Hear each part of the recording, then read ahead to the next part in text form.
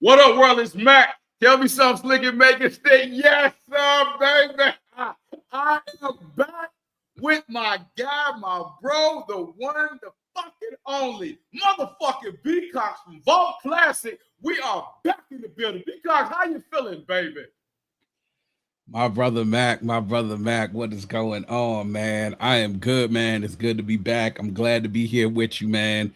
Glad to be amongst the living and just glad to be back to real to talk some more music, man. I've been away for a while, man. We were just talking before we went on. It's been a while since we've been together and have linked up to do another one of these collaborations, man. But life is life for me, man. But I'm back on the right track, and I'm just glad to be back in doing content again, man. I expect a lot more from me coming out, man. But I'm glad to be here, man. Glad to be here with you tonight, bro. I'm ready to chop it up for real. Well, y'all, man, listen, this has been something in the makers, y'all. I know I get all the messages. Y'all been on my head about getting B.Cox, who is not a friend to the channel. He's a brother to the channel. And I'm gonna say the delay the last few times was on me. It wasn't on brother B.Cox. But I had to get things situated, guys. Thank y'all for supporting Cinderella. Y'all made it number one. I want to say again, thank you. We got part 2 on the way, and it may be something ensuing after that. But I'm just gonna let y'all know we got part 2 on the way. I just want to say thank y'all, man, for supporting the project. But again, man, I'm back in my my pocket, and you'll be seeing a lot more of me and B.Cox again, man. So anyway, let me just set the format for y'all. I have no idea how this man is about to rank none of these runs. I gave B.Cox the ingredients, but you don't tell the master chef how to cook his shit. You let him cook his shit how he cook his shit. I just said, B.Cox, this is the format. These are the people that we got to rank. B.Cox, as he always does, will eloquate beautifully on why he's ranking them and where he's ranking them. So without further ado, B.Cox, as we kick off the 20th ranked all-time greatest run, sir, who do you have? Let's go. Okay, so you want me to run this down just straight off 20-1, just straight, and then go through them then afterwards? Yeah, just take us, go through them, and then let's come back to why you did it. Okay, all right. In B.Cox style. Okay, so this is what I'm gonna do first, right? What I have is I do have, and I did have to put down some honorable mentions because I felt like to just limit it to 20 to me is almost impossible, but I had to do it. And I wanted to put some people down for honorable mentions that I felt were worthy of some mentions that didn't make my 20, but were damn worthy of being mentioned for having legendary runs, and they needed to be recognized. So honorable mentions, this is who I have on my list, and I'm bringing it up right now. So y'all bear with your boy for a second. Here we go.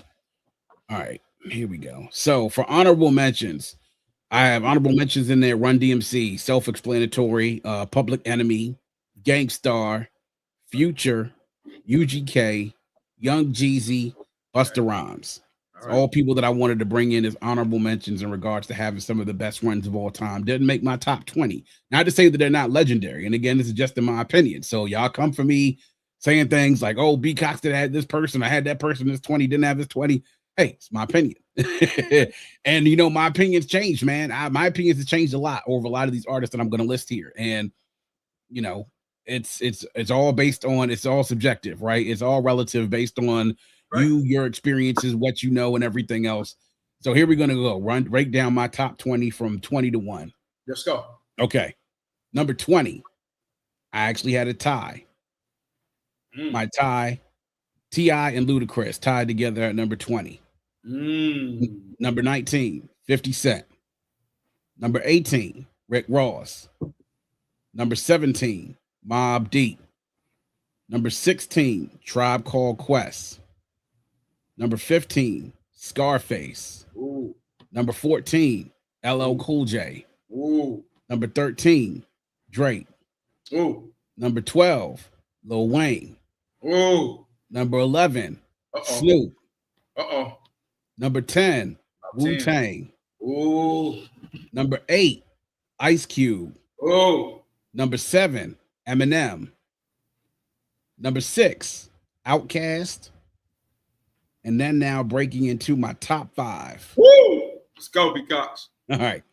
So in my top 5 for greatest runs in hip hop, 5, I have Tupac. 4, I have Big. 3, I have Kendrick. 2, I have Nas. Okay. And number 1, I have Jay-Z. All right, B.Cox. Let's break them down, man. Let's go. Take me through the honorable mentions, B.Cox, and then let's go to the 20. Yeah, of course, man. So honorable mentions. And again, I wanted to make sure that I mentioned all these artists on here because I felt they all had separate legendary runs that were worthy of mention that need to be put out there in regards to either what they accomplished, what sort of legacy or impact they had, what effect they had on the culture, commercially what they've done, and they were all things that needed to be recognized. First up, Run DMC. So that really doesn't need a whole lot of explaining, but I'll go ahead and go through it anyway. This is really the first commercially successful rap supergroup that rap had. You know, there were tons of groups that came before Run DMC. I mean, you want to talk about the Cold Crush Brothers, the Furious Five, Grandmaster Flash, the Funky Four plus one more, the Treacherous Three, so many other groups that are out there. People mention the Sugar Hill Gang, Pip mentioned other collectives such as Zulu Nation, but Run DMC was the first rap supergroup and superstars that emerged from that, and really the first headlining artist of Def Jam when Def Jam became a thing. What they did in their day, starting with their debut album, and going on all the way through the mid 80s, really heading into the late 80s, they helped to create, really to bring, I guess, to start bringing hip hop into the forefront. You know, Run DMC and rest in peace Jam Master Jay.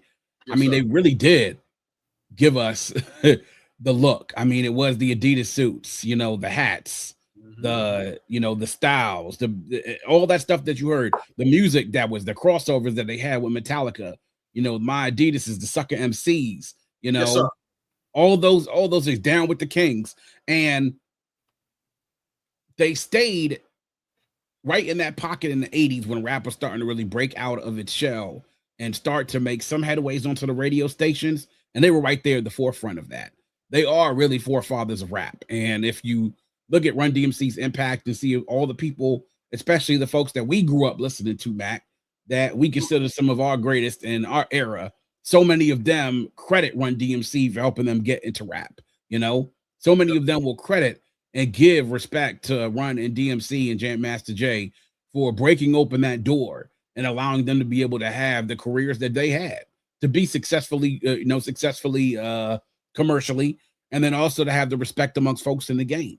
Now their run ended, you know, really didn't last much into the 90s, a little bit into the 90s. By the time we got into the close to the mid 90s, at that point, Run DMCs were just considered to be forefathers at that point. But they were influences to a lot of people in that era that were coming up during that time.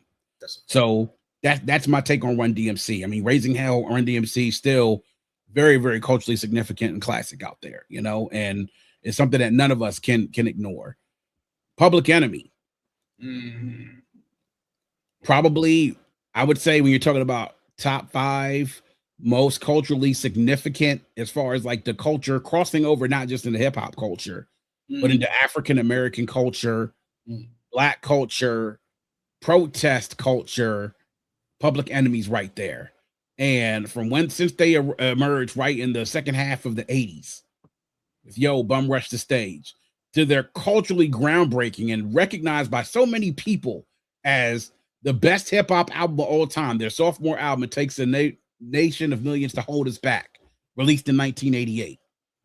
To their seismic and also groundbreaking album, their third album, Fear of a Black Planet, you know, into their third album, Apocalypse 91. So they really did create the music for a movement, the protest movement. Everything from 911 is a joke to Welcome to the Terror Dome. And of course, most famously, Fight the Power. Can't Trust It. They really did give voice to the Blacks anti-culture movement. And they were true to their message. They did stand for something. Their music now is still relevant today, obviously, because of what they stood for. That to me was just you know, they are culturally relevant because of who they were. I mean, everybody remembers a lot about Do the Right Thing as a movie, but the one thing we do know that Do the Right Thing helped to do was to bring Fight the Power right into the cultural forefront. And it is a song that is maintained now for almost 40 years. That is still the song that everybody remembers Public Enemy behind. Chuck D, one of the best, not only MCs of his era with one of the most recognizable voices, but also a culture commentator, a stand up for hip hop culture, somebody who has become someone who has been a bit of a mentor, and then also a bit of a teacher as well.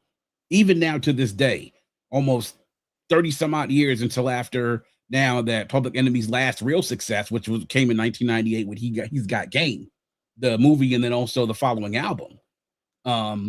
He's been a standout in the culture, always commenting on social, political matters, and staying true basically to what Public Enemy's mission was. So they have that run, and that run from them starting in 1987 all the way up to about 1991, at least for those 3 albums, those 4 albums, but then also coming back later on in the decade to be able to still have commercial success, stands on its own. Next up, Gang Starr. I mean, it doesn't get really a whole lot better when it comes to producer and MC combos than Premier and Guru. And here is a group, obviously, with 2 guys that came together and found themselves together, coming from places where, you know, obviously they weren't seeing as much success where they were. Guru from Boston and Premier from Houston, Texas. So now here's this rapper from Boston, educated at Morehouse College, and this DJ and producer from Houston, Texas.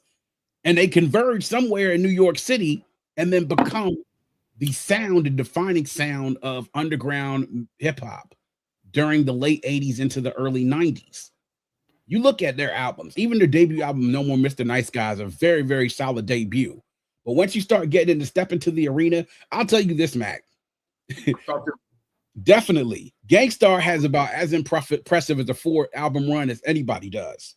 I'm talking about 91's Step Into the Arena, 92's Daily Operation, 94 Hard to Earn, and 1998's Moment of Truth. Try to tell me what your best one is out of that one. And I'm telling you, you could talk to 100 people. You'll probably get 70 different answers and combinations of people ranking those albums. And you know what? You wouldn't necessarily be wrong if you ranked them in any particular order. It all depends on whatever your taste of Gang Starr is. But no matter what, they always stay true to the underground. Premier with that sound that he fine-tuned over the years, using those jazz samples and other samples he would take. Guru with that monotone voice, with that voice that was so recognizable and that flow that was so understated. Yes, sir. At the same time, you know, and their success started from 1989, went all the way into the end of the decade to when they released Full Clip. And you want to talk about stuff with the underground? Yeah. But on that Moment of Truth album, people don't understand. They had a couple of bangers that actually made the charts. And that Moment of Truth album, to me, is what solidified me perfectly as a Gang Starr fan and respected their work to see them doing it almost a decade later. So had to give props to Gang Starr on that. Okay, I like it. Future. Now, I look, we've talked about this before, Mac. I'm not the biggest Future fan in the world. I'm not.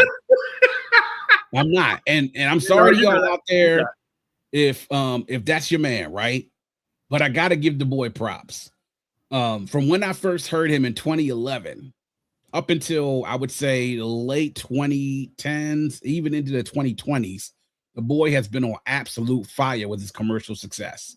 What he has done is helped to create a sound that has, as you mentioned it in one of our DMs, Mac, has helped to craft another sound of rappers, artists, and vocalists that have copied him afterwards.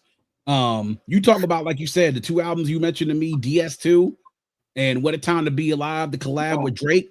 Come on. Major smash hits. Even I can understand that.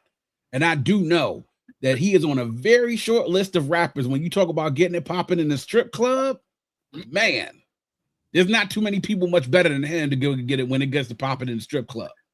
So commercial success, Future gets props. Okay. For being able to maintain that success and create a legacy of where people have sort of copied his style afterwards, he gets that as well. So I do have to give my props to Future because he really did become that argument. People talk about, so when you think about Atlanta hip hop, what do you talk about? We know the names we talk about somehow, some way, even though I'm not impressed overall by some of the quality of his music, he has found a way into that conversation. And you know what? Even the best of us cannot deny the fact that he belongs in that conversation. Talk to him, B.Cox. Come on, talk to him. He does. UGK. Oh, okay. Come on. Come on. Yeah, man. I mean, it's another really dynamic duo. When you talk about the balance between two styles that contrast each other so well. And moving out from, everything from, Pocket Full of Stones, into Riding Dirty to Dirty Money, moving us into Big Pimpin', then all the way into Underground Kings to right before Pimp C tragically passed away. You want to talk about the defining, like, Texas hip hop, in particular that Third Coast, Houston, Port Arthur, they are defining characteristic of that. Their run starting in the early 90s all the way into the mid 2000s, and even had to take a break after Pimp was locked up, and Bun had to carry that UGK banner, and he did it valiantly for a few years himself, and is still doing it now to this day. But they've been a defining sound to that. You want to talk to many people from Texas, from that side, that area of the world, right in there in Texas. UGK, for a lot of them, is right near the top of their list of their favorite artists from that area. They came to define that sound and define an era as well, man. So props to UGK. Riding Dirty, to me, when it comes to my favorite Texas hip hop albums, is in my top 3. In my top 3. Because let me just insert if for those that don't know, me and B.Cox, everybody he mentioned, and we've already got previous content. Go back and look. He even broke down UGK's catalog, even in discography, even greater. Just want to throw that out there. Carry on, B.Cox. Yeah, man. Yeah. Young Jeezy, obviously, man. The cultural impact, crazy. I mean, the Snowman mixtape series, Boys in the Hood, really jumped out with that Thug Motivation series, man. 101, 103, right all the way into the recession. I mean, he had a time period and it was a short period if you think about it, from like 2005 up until about 2008, 2009, where he was absolutely on fire and the boy could not miss. And he was putting out album after album after album, and it was a hit after a hit after a hit.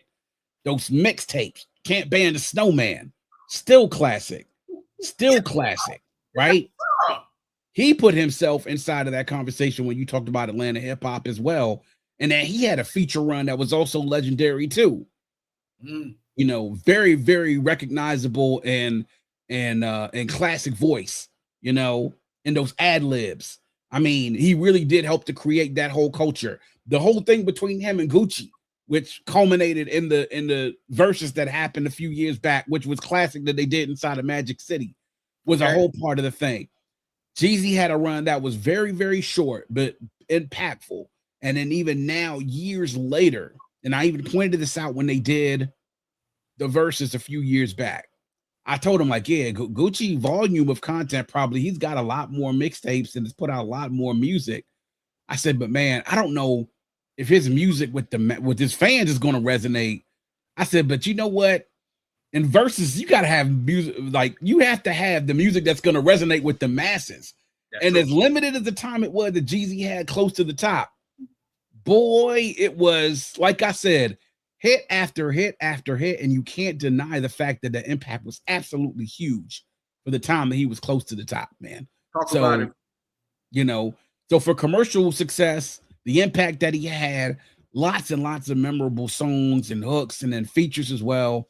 Had to give props to Jeezy for that too. Because let me ask a question, because I gotta ask this for the viewers. Sure. You went in that honorable mention. Mm-hmm.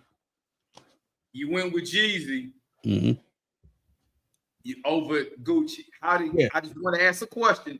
Yeah. What was it that Gucci didn't do to qualify for your honorable mention? This is B.Cox's honorable mention. Well, to me, I just think Gucci had a lot of great things, and he had some great hits too, man. I mean, obviously, he had a lot of memorable hits, and he had some songs out there that people know word for word. For me, it's just Jeezy music hit harder for me, you know. Okay. To me, his music when I did listen to the radio, I heard it a lot more on the radio. I know people that know more Jeezy songs than they know Gucci songs, but I probably know more Jeezy fans than I know Gucci fans. You know, but I think universally, if you were to ask people to probably recite a Jeezy gun to your head, recite a Jeezy or a Gucci song, or you're dead. More people, I think, would recite a good Jeezy song before they would recite a Gucci song. And that's just my personal opinion. I may be wrong. Y'all might tell me I'm wrong. I don't know. So all right. I asked because I know I'm asking because I know the people and our followers. Carry on, B.Cox. Carry on. I understand, man. And my last honorable mention, none other than the great Busta Rhymes, man. Longevity, he has it over so many of these other folks in this this is we're talking about now. It's almost 40 years of him being around in the game alone. From Leaders of the New School into having his debut album now 30 years ago this year, which I bought, by the way. It's just been a career that has been really blessed with longevity. To his trademark style when he first started, loud, boisterous, in your face, those trademark dreadlocks, to eventually him switching up the style a little bit on his second album, and those videos that caught your eyes that were visual kaleidoscopes, right? I mean, visually just really, really caught you with all the crazy things that you saw. Put your hands where my eye can see, to Give Me Some More. Those albums, The Dangerous, like all those ones, right? Those videos that eventually became hip-hop staples. But he may not, and you can argue maybe with a couple of his albums, he may not have a surefire bona fide classic, but what he has is a run of catalogs of albums that are damn good and consistent. There's not really a whole lot of, you could say, oh, damn, that's a dud of a Busta album. You might have an argument for maybe one, perhaps maybe even two, but he's got a catalog of albums that are damn good albums, right? I liken it to somebody just playing baseball and is not necessarily a 500 home run hitter, but they hitting 275 and they're getting on base probably 75% of the time. That's exactly what the hell Busta Rhymes has done. Oh, and then let's not even talk about his features, right? Let's not even talk about all the features that he's done over the years. Let's not even talk about all the club hits he's had, the crossover hits that he's had. Janet Jackson, Sean Paul. I mean, the longevity, like I said, we're coming up on, it will be probably close to 40 years that he would have been in the game when he started with Leaders of the New School. And he was so impressive that even Chuck D himself gave him his rap name. And he has maintained that success. He has continued to have hit songs on the radio up until even, I would say, into the mid 2010s. And he's still out there doing it, man. And people still give him his props because they know that this is a brother that needs his props within the culture because of what he's done and for how long he's been doing it. Man, Busta, damn, B.Cox, you got me with that one. I can't. Busta B.Cox is the one artist you can't say nothing bad about. Yeah, he that guy is gonna hit 300 and get to the Hall of Fame. Yeah, baseball, like you said, he gonna bat 300. Nothing astronomical, but he's consistent. Oh, consistent. I love that, B.Cox. Yeah, love that. Go ahead, brother. Love that. Yeah, man. So that was my honorable mention. That's who I felt like needed to have some mention, and I had to, little things kept them off of my top 20, but I had them there because I had to realize, they need some props because they have some legendary runs, and some of them longer than others. But that was my honorable mention right there before I even got to my top 20. Whew, I love it. All right, top 20 countdown beginning now. Let's go, baby. All right. So my 20, I told you I had a tie. My tie was between T.I. and Luda. Okay. This shit. I got. And when you talk about Atlanta hip hop and you talk about hip hop in the 2000s, they kind of go together, don't they? I mean, in so many different ways. Even with the little beef that they had in 2005 and 2006 with each other when they were battling for the King of Atlanta. Yes, they came into the game right around the same time. Luda dropped his first album in 2000. T.I. dropped his first album in 2001. They both made an impact some way or the other in their debut albums. But in their second albums, I would say they probably started to branch out both during their second albums and became bigger stars. Luda with Word of Mouth and T.I. with Trap Music. They both have multiple platinum albums. Many commercial hits, the two of them. Ridiculous feature runs, both Luda and T.I. Luda's feature run is ridiculous, but T.I.'s is nothing to sneeze at either. Street anthems, both of them. You know, hustler anthems, both of them. Club hits, both of them. Both have killed their features over the years. They've exhibited staying power, and they've had longevity. To me, when it comes to solo artists, I have dubbed them the Cold Kings of Atlanta. I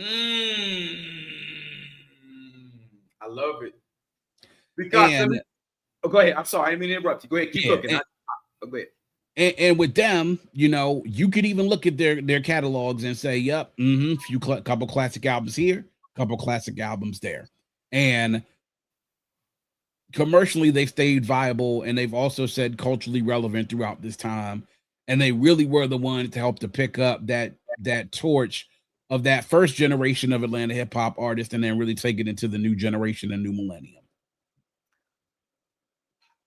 20 years, by the way, 20 plus years, by the way, for both of them. Actually, we're coming up on 25 years for both of a run.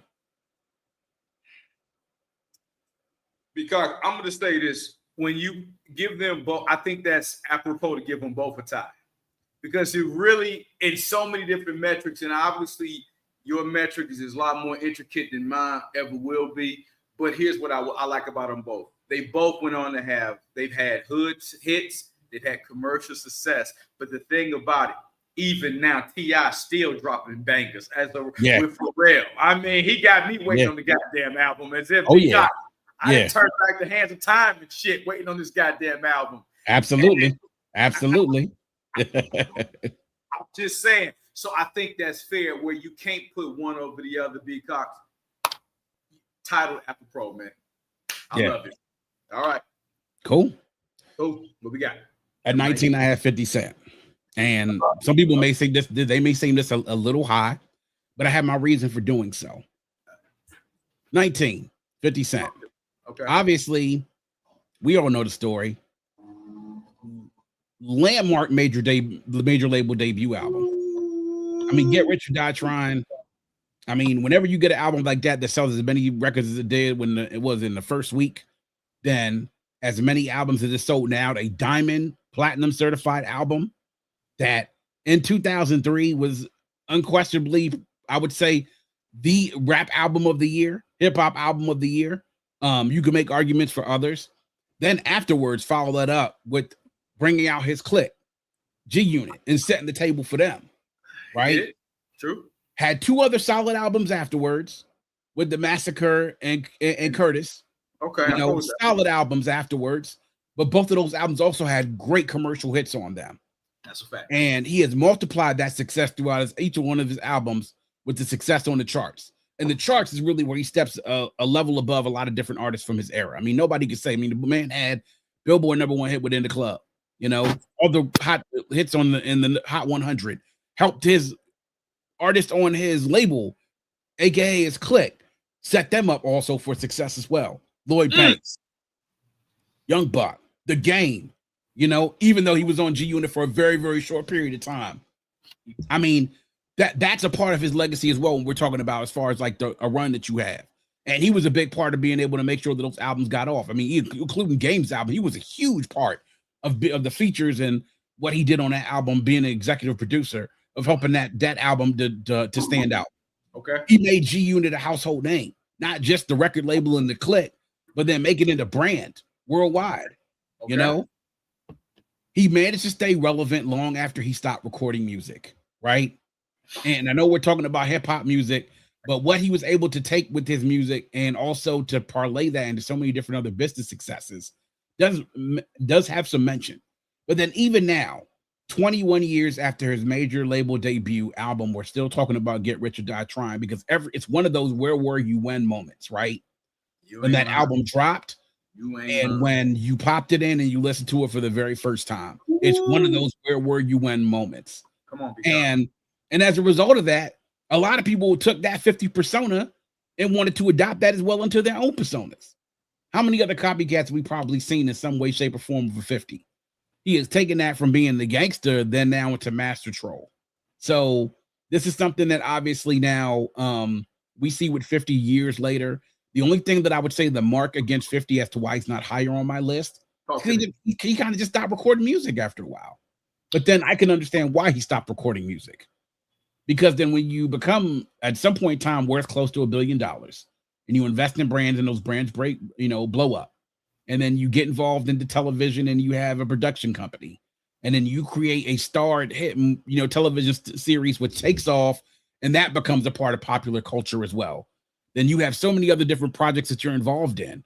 Well, if it's like, well, shit, if I could make money doing this, then why the hell am I going to the studio and slave and go make music, music for? True. I've done all that. All the success that I would need or anybody would ever want music, I've done it already.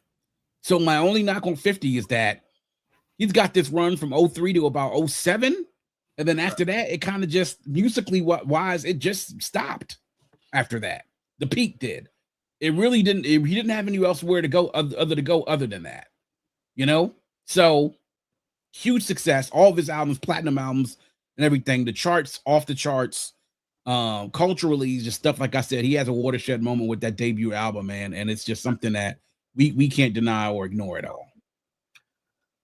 B.Cox, let me ask you this: why did him coming out now? And this is what some hip hop purists will say. He came out with two of the biggest giants in hip hop. Mm-hmm. Anytime you have Dre anywhere in the proximity of you, it's a fucking hit. Me and Dre and B.Cox right now is a hit. Just Dre around us will make a hit. Eminem at that time, he had immediate exposure to Eminem fan base. B.Cox, my question is, how did you factor that in? Was that what made that not a detraction for you? This is why it's not a detraction for me. Dre. Hitman. Look at all the other artists on Aftermath that never blew up under Dre's production, right? The ones that never even got released. Okay. Eminem, D12, successful, but not nearly as successful as anybody could be, right? Okay, so and there's definitely the first artist that 50 or Eminem have worked with that haven't, that some people have it and some don't. Ooh. I'm done. Carry on, B.Cox. On to number 9. On to number 18. Yes, that's the only thing I can say, man. Either you got it or you don't, man. What you want me to say after that? That's it, bro. That's it, man. So at 18, at 18, I actually had Rick Ross, and I struggled with doing this, man. I wasn't even going to include him on my list at all, but you convinced me. I'm shocked. Yeah. You convinced me. You convinced me. And let me tell you this after I did a little bit of my research, right?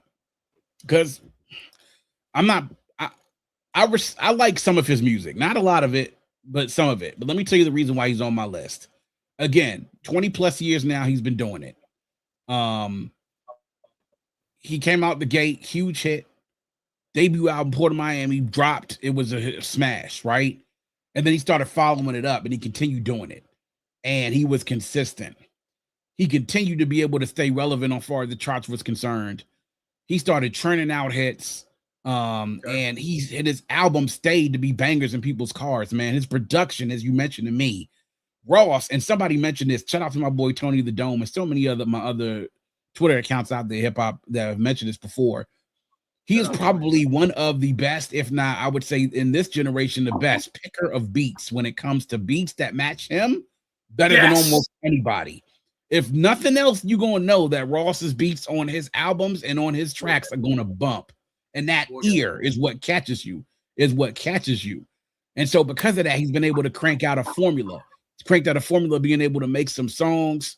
He's put out some banger and smash hits over these last 20 years, featuring so many different people, from, with Wale, with Meek Mill, with Drake, you know, with Chrisette Michelle. I mean, so many different others. I mean, he's done songs with all these people, and he's been able to stay on top with that and continually be able to put out a good level of quality production during that time. Successful and commercially, he's been great. The one knock that I have on Ross, even after doing it for 20 something years, is this. Talk to me. His music is formulaic. It's the same shit over and over and over again. Nothing changes. Bro, you mean to tell me in 20 years of doing music, your music hasn't shifted to something about what success has meant to you, how you've matured, or nothing? It's the same shit. It's Maybachs, Bugattis, the strip club, food. Like, yo, it's the same shit for 20 years. That's it. B.Cox. Same shit. I go ahead. Go ahead. I'll say my commentary when you finish. Go ahead. Like, bro, you haven't grown any? Like, ain't nothing happened in your life that you've been proud of that you can talk about other than Bugattis and Maybachs and food, hustling and trapping and having beef with niggas, and like, you know. I'm just because I don't think I mean, as far as the evolution of the MC, he has not evolved. That nigga has not evolved that at all. Nigga is, we talk about Arrested Development. That motherfucker is the definition of Arrested Development as far as lyrical content. That motherfucker is Fred Flintstone still using his feet to pedal the goddamn car down the street. That is it. That motherfucker is still stuck at the port of Miami. Yes, right. Still. I will give Ross this, and because we'll get on to our next individual. I respected the fact that he got multiple verses with Nas. You don't get Nas on track. Everybody absolutely Nas on a track. Now, of course, he's not going to ever outshine Nas. No, nobody does. Nobody but Jesus can out-rap Nas, and I'm hoping Jesus can do that. Respectfully, because you know what Nas did when he was 12. Anyway, anyway, he went but to hell. Good one. Talk your shit, because okay, and then to spar with Jay-Z. Those are two titans, B.Cox, of our generation and our era. He's got multiple songs with them. Feature Run Ross is actually very quietly slept on as well. Okay.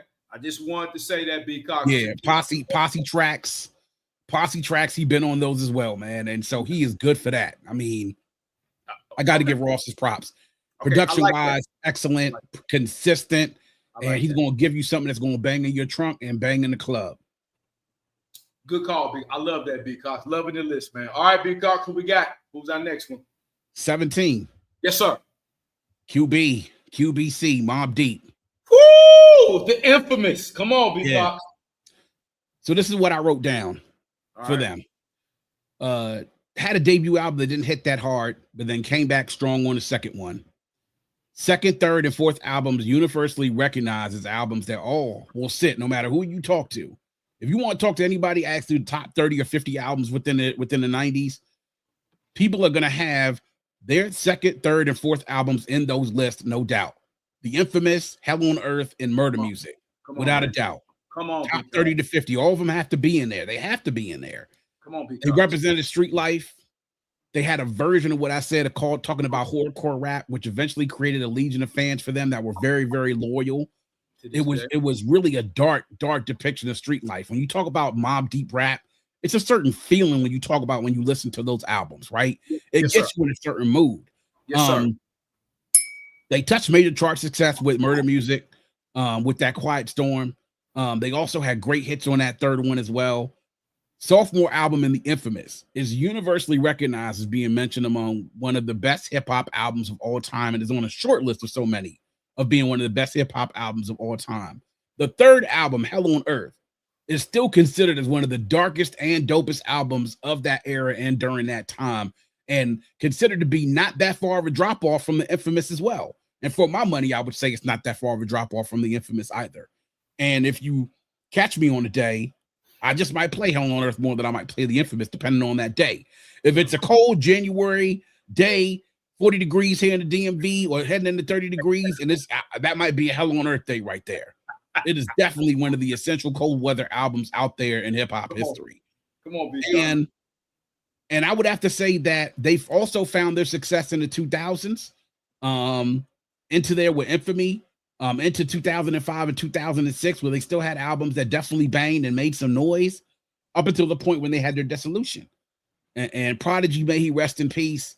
Prodigy is an MC, man, from 95 to 96, had one of the best runs as an MC in regards to the verses that he put out between Mobb Deep stuff and the features that he did, that was so overshadowed by what was going on in hip hop during that time, but is now being recognized finally by people as one of the elite runs that an MC has had in regards to his pen game and what he did on tracks, man. And they created a part of a subculture as well of fans, and a very loyal group of fans that has recognized their work as them being on a short list of some one of the best hip hop duos of all time, and overall one of the best hip hop groups of all time. B.Cox, I have nothing to. There's nothing. All I'm gonna ask you is this, because the fans are gonna want to know this. What does B.Cox feel about their latest Mobb Deep album? Because we haven't recorded since that last Mobb Deep album dropped. Yeah. Let me just allow you to go ahead and give you a quick assessment of the album before we move on, B.Cox. Because I mean, it's good. It's Havoc production that hasn't fell off. That's still the same. Okay. Havoc to me has really stepped up in these years. His pen game has always been solid to good, and at times great.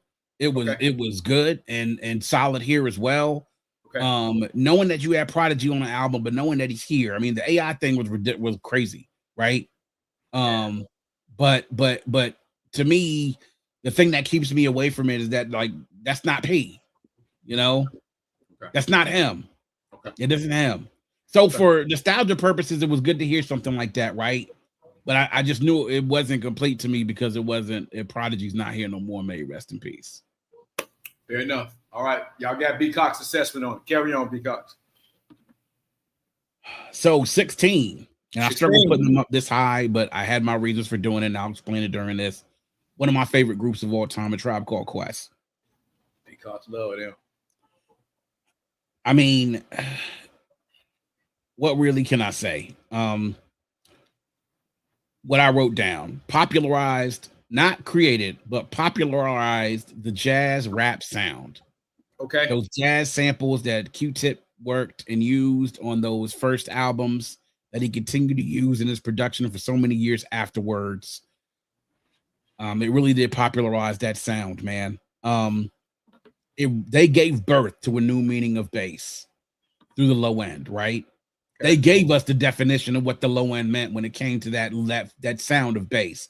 And rest in peace to Bob Power, by the way, who passed away not that long ago, who was the architect of that album, The Low End Theory. Their first three albums universally acclaimed. The middle two albums, The Low End Theory, 1991, and Midnight Marauders, 1993. I mean, it really is universally accepted as some of the best hip hop albums of all time. Undisputed. They became, throughout their time, they became icons of culture, style, smarts, and throughout their time of them being together, and even now afterwards, after Phife Dawg has passed away, and may he rest in peace, they were the main flag bearers of the Native Tongues movement. They really were. Tribe was the alternative to so many of the other things coming out during that time. The Gifts really was the time when gangster rap started to rise to commercial success and really was becoming popular. Tribe was a part of that movement, but it was the alternative of that, of what else you want to have during that time period. To having the contrast of Q-Tip style, very low, understated, smooth as well, then the wit and the sharpness of Phife Dawg to come in, who really was the heart and soul of A Tribe Called Quest. I mean, you want to talk about like those two albums, man, The Low End Theory and Midnight Marauders. Tribe fans will forever have the dispute about which album is the better album. And they created really so many, an influence, created so many groups that followed after them that took after their style, you know? that took after what it was that Tribe represented and tried to replicate that.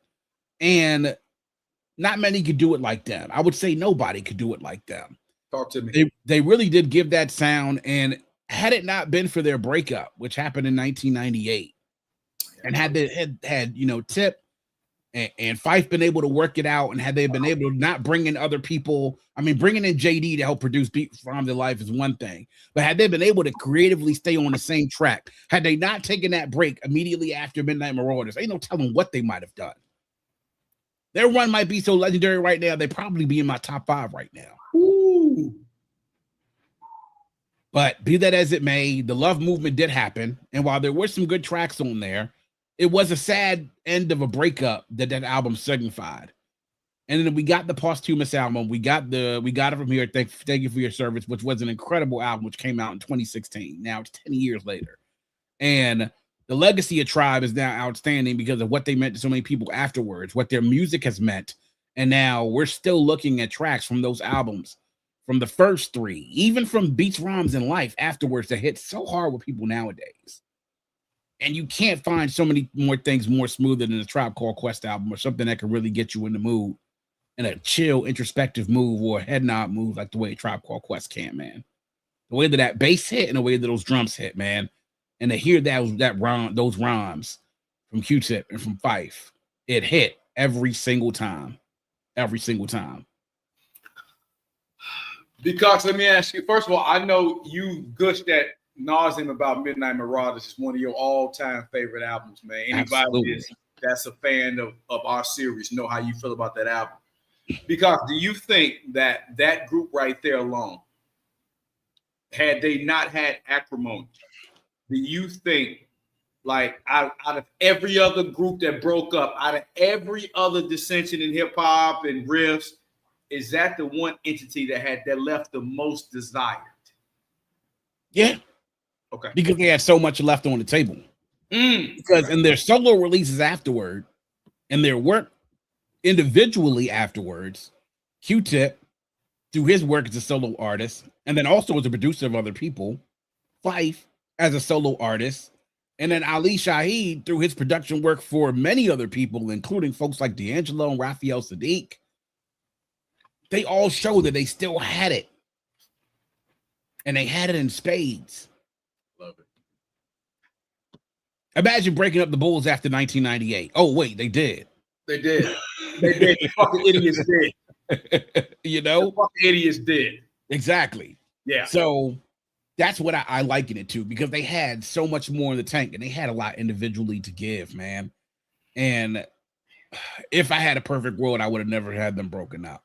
At this point, I'd have seen their catalog be 8 albums deep, with the majority of them being classics, more than likely. Enough said, because well said as always, sir. I'm ready for the top 15. All right. Number 15. Brother Brad Jordan himself, Scarface. Woo! My dog. Let's go. Yes, Yeah. sir. You know how we feel about face around here. Come on. You know how we feel about Brother Mob, man. We know how we feel about Brother Mob. So what I wrote down, Wily veteran, who has, as I put in my words, maintained his respect, and universally maintained his respect. To me, one of the most underrated, but one of the best storytellers that the game has had in its history.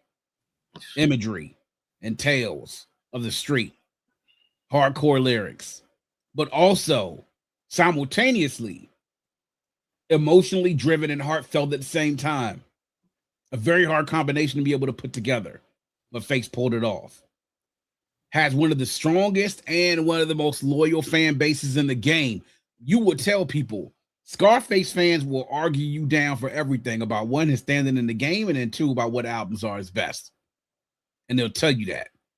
And I'm nothing else in my 40 some odd years here on this earth. I can tell you, Face Mob fans do not play around. He's earned that respect for them based on his body of work. That's a fact. He's had multiple hits, has had multiple classic albums, not just from himself, but also with the Ghetto Boys. We talk about longevity. We're talking about Ghetto Boy starting all the way back in 1988, going all the way into his solo work into the 90s of himself. Mr. Scarface is back. The Diary, Untouchable, My Homies, The Fix. I mean, so many, The Last of a Dying Breed. All these albums I'm running down that you know about this work from Scarface, and all of it consistent, and none of it's some bullshit. None of it's some bullshit. None of it. You can't name one Scarface album you said to me like, man, that Scarface album was some shit. Not one of them. You can. You can't. You cannot. Talk your shit, B.Cox. Having that longevity now for, we're looking at again, close to 40 years. And this is run from 1998 to Grip It on That Other Level, all the way to Deeply Rooted. I mean, look at that time span. We're talking about late 80s into mid 2010s. A solid body of work. The one knock against Scarface, talk to me, is that he didn't have the commercial success. Just doesn't match up, but that's because his music wasn't made commercially. It was made from the heart. It was made from his experiences, and it was made for his fans and for the game. One thing that you could ever say about Scarface, he can never, ever can be accused of being called a sellout. No, sir. Or not keeping it real. And while the commercial success hasn't been there, while he's had some of it, The Fix was a damn good album that sold him a lot of records. And he sold lots of records throughout many of the albums that he's had. He hasn't reached the heights of so many other top people we talk about that sold the most records of all time. But when it comes to respect, reputation, and image, not many more people have it better than Brother Mob, man. He has been that consistent, and he has been that true to himself and to the game. B.Cox, you know, we did a piece on Scarface that people still devour up to this day. It's out there. Me and B.Cox is on the channel. We did we went through a discography. B.Cox, let me ask you this: do you think, and these are all going to have to be hypotheticals because this is your list and how you rank them based on your criterion? Do you think had he had that machine like a Def Jam or a bigger machine behind him, Vice, Rap-A-Lot, from an indie standpoint, do you think Face would be even higher, would have made it even higher on your list than 15? Had he got more national acclaim, or he didn't get enough radio, the commercial success? I wouldn't say, I think he had national acclaim. I just think the radio success wasn't there. Okay. But he didn't have too many radio hits. He had I would say he had a couple of handfuls of them, but they weren't huge hits. I mean, there were a couple of huge hits on the radio, but not nearly as much as you thought. But I don't think, to me, it mattered whether or not, because I don't think he ever would have taken, because creatively he has a lot of control over what he's able to do, and that's why I think he's always stayed true to his game.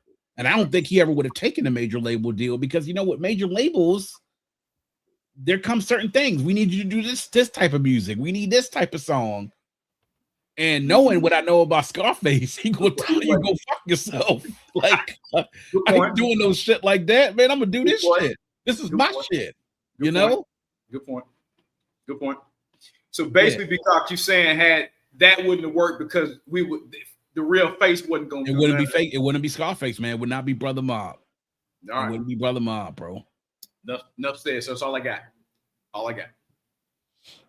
Number 14. 14.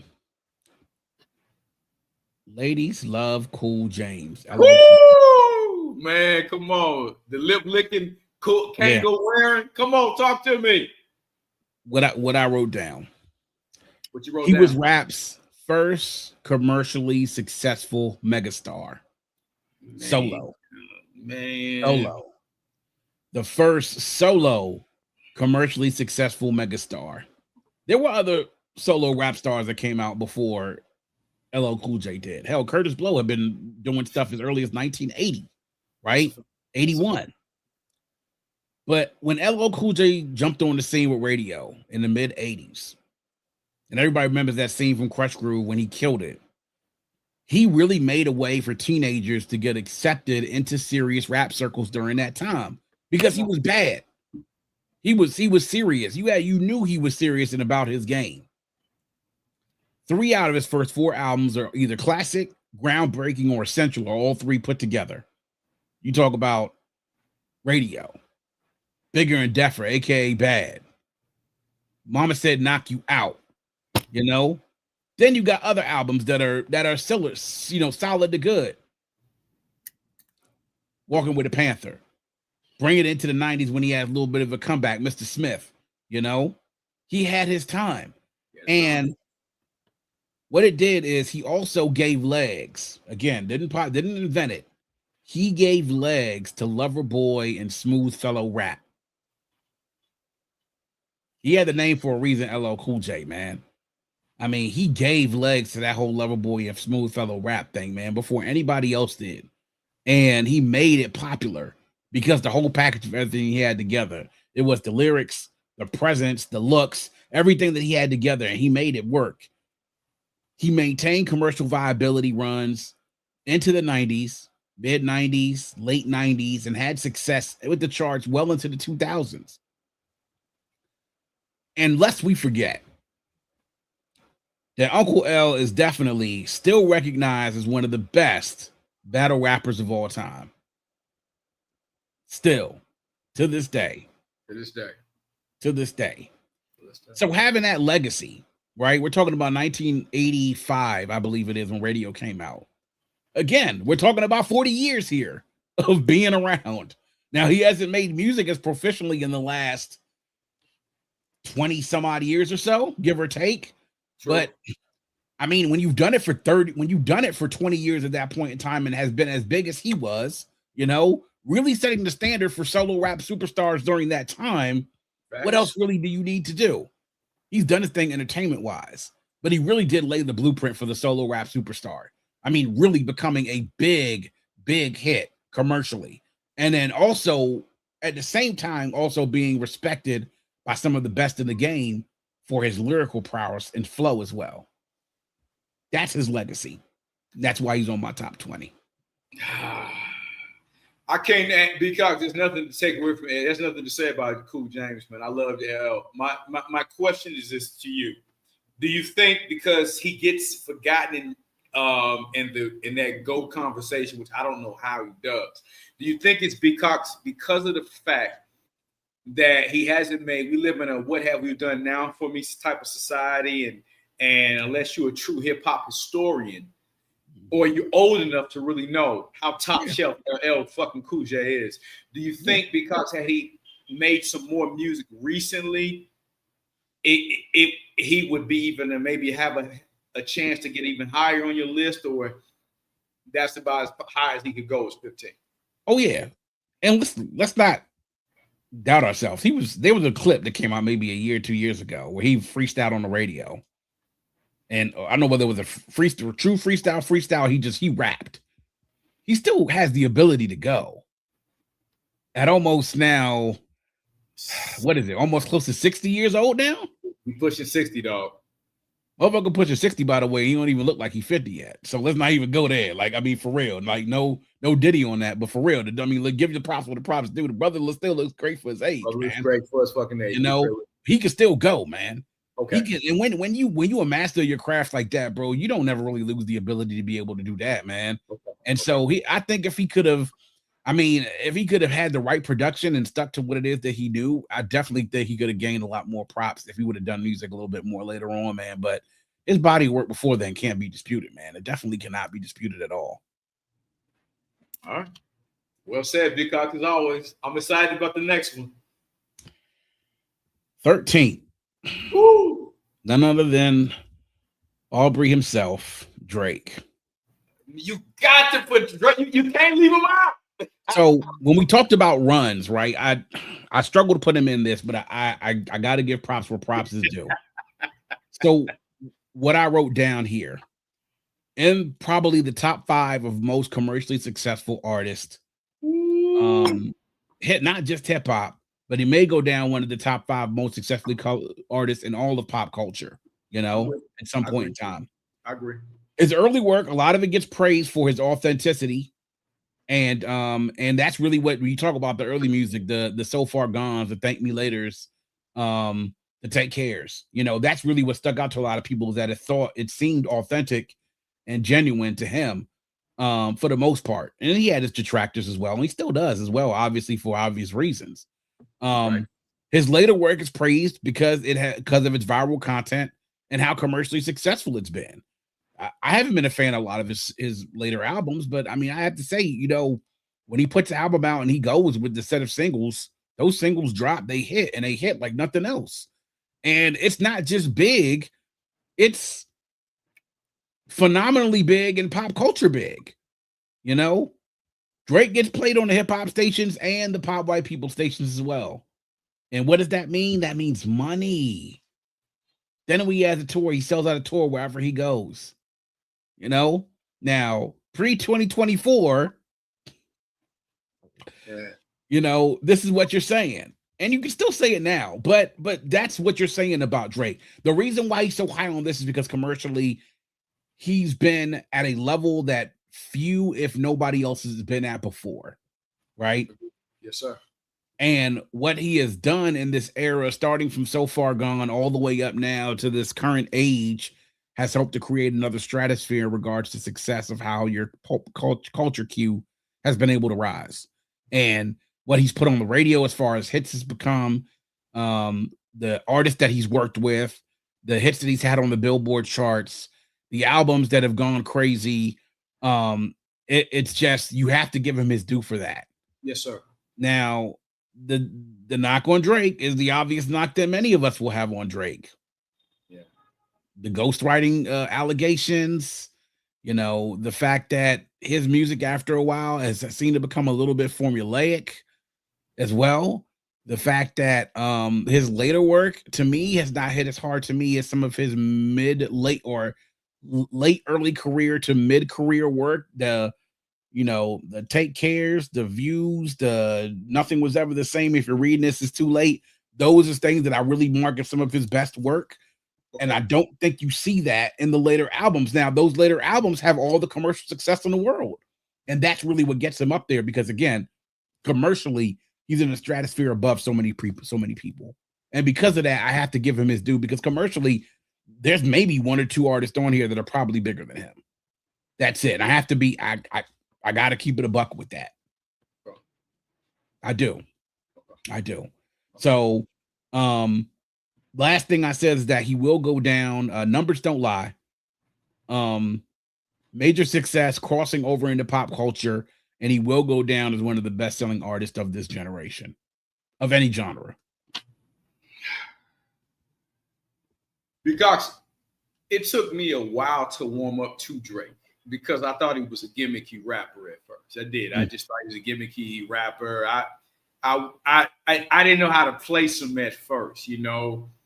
But I thought B.Cox is interesting. The guy that you mentioned before is really the progenitor of that style of caressing and finessing the ladies. And if nothing else Drake ass can do, he can finesse. Oh yeah, and get in them fucking ladies and get them excited. They love his ass. Oh yeah, they love his ass. And I think that's so apropos that LL walked so he could run and be able to have that space where you can sing to women and turn around and say some hardcore shit on the fucking track. So yeah, commercially, B.Cox, he could be. I have to agree with you, bro. Top 3 all time. I mean, he's in that. I mean, you're talking about that rarefied air. Yeah. Mike Jackson's. Being a megastar. Yeah. He's a megastar. Megastar. Yeah. Yeah. Yeah. And one last thing that I could add to this. 2012, my boss who I was working at the time got some sweet tickets for us at the Verizon Center to go see the Club Paradise tour, right? Okay. It's Drake's tour. Okay. So on this tour, he has French Montana opening up, followed by Waka Flocka, okay, followed by 2 Chainz. The sub or co-headlining act at that time was J. Cole, and then Drake ending the night. It was a phenomenal concert throughout the entire night. But this was right there in Drake's Take Care era, right? And if we're talking about for me as a peak that balanced the act between commercial viability and artistic, like sort of expression, that to me is what the perfect balance of it was during that time. I felt like he sort of touched it and got it both from both sides during that period. At that point, I did have a lot of respect for Drake because I understood what it was that he was doing. And I thought that if he stayed in that lane, that he could carve out a nice little career from him. He wouldn't be in no best MCs list, but he would be definitely in your top entertainers list no matter what. All right, B.Cox, I nothing else to say about Drake, Taz. Respect Drake. Yeah. All Number right. 12. Number 12. None other than Wheezy F Baby. Oh. And the episode phenomenal. Lil Wayne. Lil Wayne. Talk to me about Lil Weezy. I've had many discussions and debates over Lil Wayne over the years. I even got the discussion of people try to tell me, one, who was the better MC, Wayne or Biggie. These are young folks, by the way, who were debating me about this, in case you're wondering. Had to be. Like, who's then I had other people who told me who was more goated or had better legacy, Wayne or Tupac. Again, young people who were asking me about this, right? Okay, yeah, okay. But I'm gonna give Wayne his props now, right? What I wrote down about Wayne. Prodigy, who found success outside of his Hot Boys era and outside of the initial Cash Money era. He took off with his Carter series and then became legendary with his freestyles and a mixtape series, which to me is still unmatched and can only probably be matched by only a few people ever in hip hop history. Let's be real. No ceilings. I mean, come on, man. Like, yo, we talk about the legendary mixtape run that Lil Wayne had in those mid 2000s. His style gave birth, truly. We talked about Future early, him, who he influenced. You want to talk about an influence on a generation of rappers? Wayne's style gave birth to a whole subset of rappers that either directly or indirectly copied his style and tried to be just like him. And none of them did it as well. Not even y'all boy Thugger, who a lot of people talk about, you know, who they love. So many people tried to copy directly and indirectly Wayne's style, and they couldn't do it as well. His movement gave birth to those people who will become superstars, and so many of them are superstars today. But none of them could do it to his level, to him at his peak. 2004 to 2011, 12 Wayne. You want to talk about rarefied air as an artist in regards to what you're able to do? You know, the clever flow, the punchlines, freestyles, mixtapes. That's rarefied air right there. He gave birth to multiple superstars afterwards who came up under his tutelage. Because of him is the reason why we have Drake. Because we have Nicki. That's why. He gave birth to two of the biggest rap stars from the 2010s on, and those two was right there, right directly under his tutelage and right underneath his influence. Now, these later years, we haven't seen a whole lot about Wayne. Wayne's been in the news for a lot of bad reasons, politically and other things that he said, statements that he's made. But Wayne at his peak, from when he broke off to being a solo artist, from the Carter series all the way up till about 20 to the Carter 3, even now with people that have said about the Carter 4 and 5. I mean, it's been legendary, man. He really did have a peak and an era and a run that really is unmatched in regards to his output, to its success. I mean, the Carter 3 blew up and sold over 1 million in a week. I mean, people also debate about what their favorite one of at least of those first 3 albums, especially the Carter 2 and the Carter 3. But you want to talk about a run? Wayne had a run.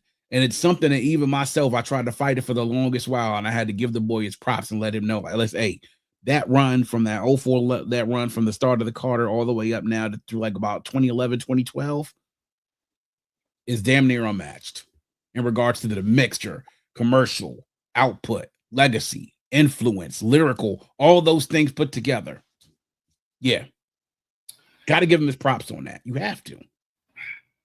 It's nothing else to, because Wayne is one of those artists, man. I have never seen somebody that prolific, that proficient, and in that era, that profound. Yeah. Simultaneously working that shit all together. Yeah. To normally, when you jump on them many features, your output is that high. You putting out some ass music. This shit is gonna be some. I can't in that run, B.Cox. You just timestamp the earmark that era. Find me a whack Wayne verse. Find me a whack Wayne verse. Find me one. You might have some questions. You might have some questionable lines, but you got some shit you like what? like what the fuck did this nigga just say? But yeah, it's hard. It's hard. We want to talk about influence, man. Yeah. Well said, B.Cox. We heating up. We getting close to that top 10. I'm excited. Let's go. Yeah. Number 11. Ooh, shit. Snoop D.O. Double G. Oh, the dog. Okay. All right. The dog made it. He got it to 11. I got to hear this shit. Yeah. Debut album became a culture shifter, without a doubt. Oh God. We talked ad nauseum about Doggy Style on one of our earlier chats, man. Yeah, me and you, yes, sir. I mean, pop culture wise, I mean, he gave us so many terms that now became right in the middle of pop culture. You know, biatch, shiznit, you know, I mean, all this type 187 in the dick of your mouth, like all types of, you know, all those things that he came out with, man. Really known for his consistency and staying true to who he was and who he is. He had success, and a lot of people kind of glaze over this. He had success with 3 different outfits under 3 different sets of super producers. First with Dre, then with Death Row. Yep. Then with No Limit, Beats by the Pound, and whoever was producing with them. And then later on had success with Pharrell and Neptunes later on in his career as he got into the 2000s. And he had chart success throughout all of them. He continued the success well into the 2000s, all the way up until the 2010s. And during that time of these now 30 some odd years that he's been involved in the culture ever since he hit us with Deep Cover, his feature on that, he's become a hip hop and pop culture icon that is still relevant today. And now, years later, we're still talking about Doggy Style being one of the best debut albums that has come out. And it really, we talk about, shifted the culture. Doggy Style shifted the culture. It truly did. It truly did. And that's really the only thing I can say about that. I mean, his career from what he's done before then and his personality and everything has led him to what we see him now as today, is basically being an ambassador for everything. We see Snoop at the Olympics, having cook shows with Martha Stewart, the movies, the TV shows, everything that he's done now, man, all started basically because of his run in music first and foremost. B.Cox, he's another, we talked about, and this is a romantic notion of mine. What if the Death Row had imploded? And I fantasize, because to this day, and I say this, I'll give a damn what nobody say. In my estimation, in my opinion, ain't nobody can cook a Drake beat better than Snoop. I don't care what nobody say. Now, I would sound good on Drake beats. B.Cox, you would sound good. A lot of people have sound good, but no fucking body sounds better on a Drake beat than Snoop. And so for me, I fantasize to this day on what would have happened if Doe had all the stupid shit with Death Row and the implosion within and all other stuff. Had they been able to have a continuum of making music together, I believe Snoop would probably be in the top 5 of all time, man. Because yes, the No Limit years, it was some hits. The Pharrell, year, he had some hits. I mean, he had some stuff. But there was nothing like Death Row Snoop. There was nothing like that damn Doggy Style. There was nothing like him on a dancer on a Dre beat. And that's all I can say about that, B.Cox. Absolutely. You got anything to add about that, brother.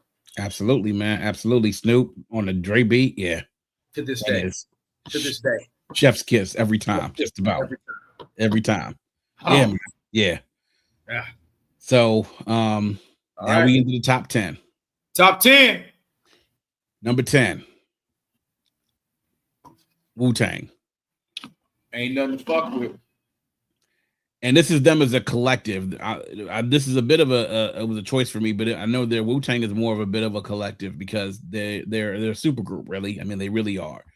But what I wrote about Wu-Tang, they talk about culture shifters. They really did shift the culture as well, especially with that debut album. Debut album changed the game. That 36 Chambers, man. I mean, you want to talk about a subculture within a culture?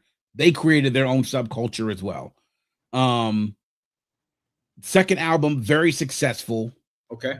And then really the biggest thing to me, while their group output after the second album wasn't as prolific as the first two albums, the individual members of the group to really are what sets this apart and breaks it into the top 10. You want to talk about the career that you see of what happened with Method Man and Raekwon, Ghostface Killer, what would have Jizza as well. Then to see individual successes by Capadonna, what would have become if you had stuff with Inspector Deck. I mean, these are all things that we talk about of people who had albums that are solid to dope to damn near classic. And in the cases of Raekwon and Ghostface, classics. Okay. And all behind, for the most part, the tutelage and the production underneath the work of Bobby Digital himself, the Abbott, the RZA himself. You know, we want to talk about what Wu-Tang has meant to the culture. It's a group after now that just had their last, they said this their last tour that they just had last year or whatever it was that happened. They were selling out arenas all over the world for 30 years. And everywhere they went, people knew their songs. Everywhere they went, people had Wu wear and the flags, throwing up the W's, wherever the hell you went. They became a culture, bro. Wu-Tang was a culture after that debut album. 30 years after their debut album, you're looking at it now and they're still a force. And there's still something now that we talk about people have strong opinions about. Wu-Tang, Wu-Tang, Wu-Tang. Yes, from all of them. Even now with Old Dirty Bastard, may he rest in peace, the impact that he's had and that he had on people of him as an artist, just as an outlandish celebrity, but then also being able to get down on the mic whenever he needed to, man. It's just Wu-Tang definitely was a culture within itself. The group together, great within those first couple of albums, but the individual parts afterwards, repping Wu-Tang wherever they went afterwards, becoming standard bearers of that W flag and that emblem that you see that is recognizable as any other emblem that you see in hip-hop. You see that and you know it's the Wu. You know it's the Wu.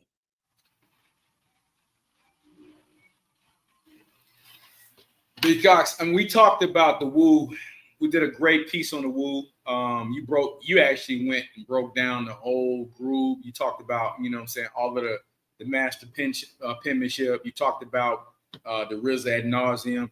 That's also guys in the collection as well, me and B.Cox. So I'm not going to have him go through that because we already did that.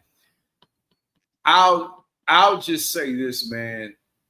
Had ODB lived, that's another thing. I think, and you and me said this, that was the heart, that was the soul of the group. And I think people, we can't quantify the impact of what he meant to that group because they all said he was that guy no matter what. Fuck that, it's Wu, hey, we're gonna make it. He was the heartbeat of that group. And had he lived, I just believe, man, they would have even had an even greater run, to even been even higher on your top 10 list. Yeah, absolutely, man. That's all I got. Number 9. Wow. I have none other than the 18th letter. The only microphone God MC, Rakim himself. Man, come on, man. Talk about it, B.Cox. This is what I have with Rakim, and most of this is with his work with Eric B, but also including his solo work he did in the 90s as well. The originator of flows, the original God MC, the microphone God, changed the way that people rapped forever, and how people looked at how rappers rapped forever. Let me say that again. Changed the way that people rapped forever. Yes, sir. Yes, sir. And how people looked at how people rapped forever. Yes, sir. Yes, sir. First 3 albums with Eric B are classics.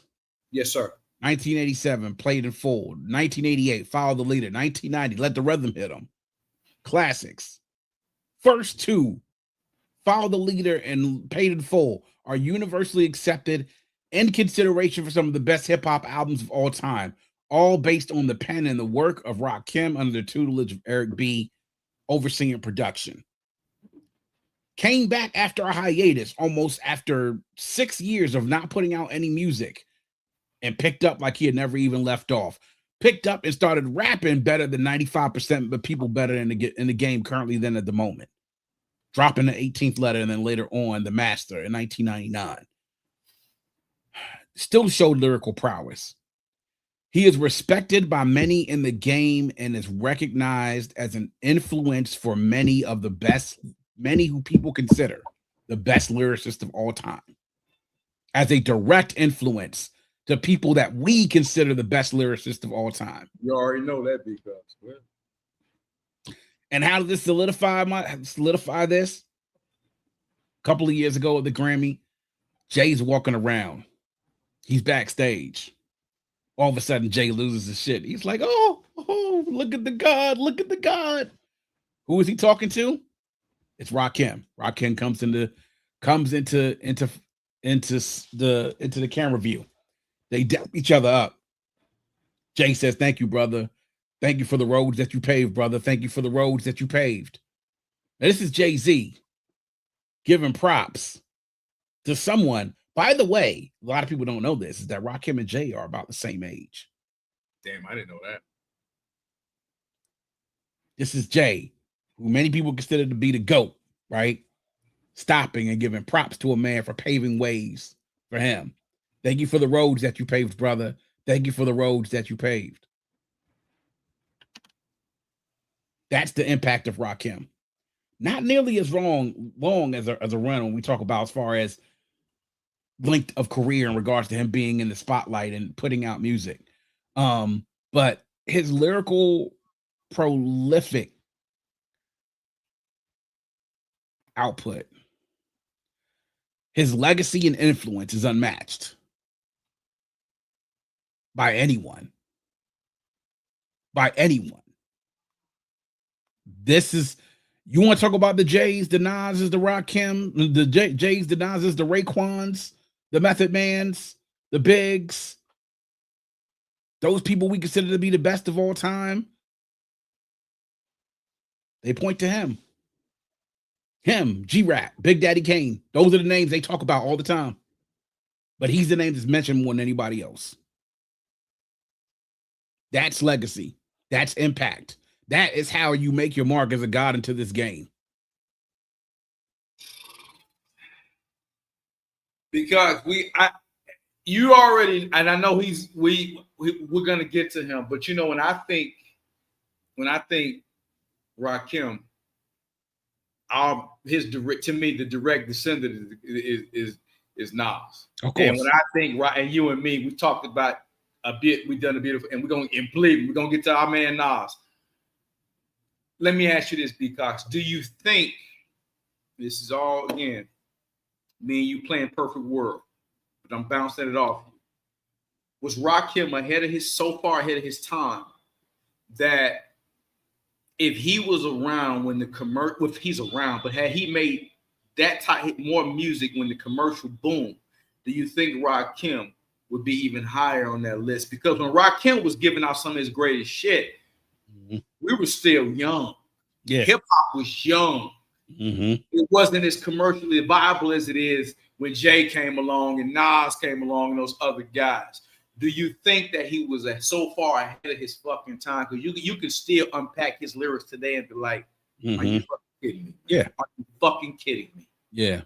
Go ahead now. Go ahead, B.Cox. It's possible. I would say this.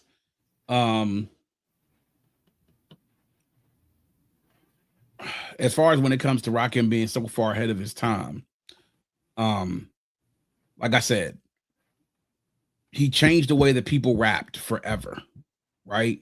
Yes, sir. You look at the way that how people rapped up until 1987 before Rakim came out. A lot of different styles, a lot of different ways. Afterwards, people heard Paid in Full was like, damn, you know what? I got to get back in the lab. My pen got to step up because what the fuck? And he was still a teenager at that time as well, by the way, when he came out with Paid in Full. Him and Eric B.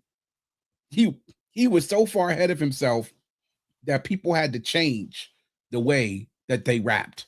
So far ahead of himself that some of our favorite rappers who are our favorites of all time, yes, sir, changed the way that they looked at rap and how they rapped. They might have been different. They might have rapped different. Nas might not be Nas. Jay-Z might not be Jay-Z. He changed it, man. I don't know if he would have gotten as big. Because one thing that was a knock about Rakim was obviously he also had a bit of that monotone voice, very even voice as well.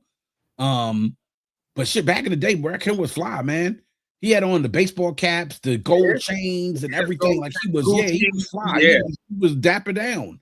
So if you translate that into the early to mid 90s, yeah, I mean he could have been up there. And he adapted because his style adapted later on in the 90s when he released the 18th Letter and the Master. It wasn't the 1980 style. It wasn't in the early 1990s Rakim, but it was still lyrically proficient. It was like it had graduated and moved up another degree. Agree. It went from summa cum laude bachelor to summa cum laude masters heading to doctorate level by that time. I'm so glad you gave the God MC his props, B.Cox. Had to, man. Had to.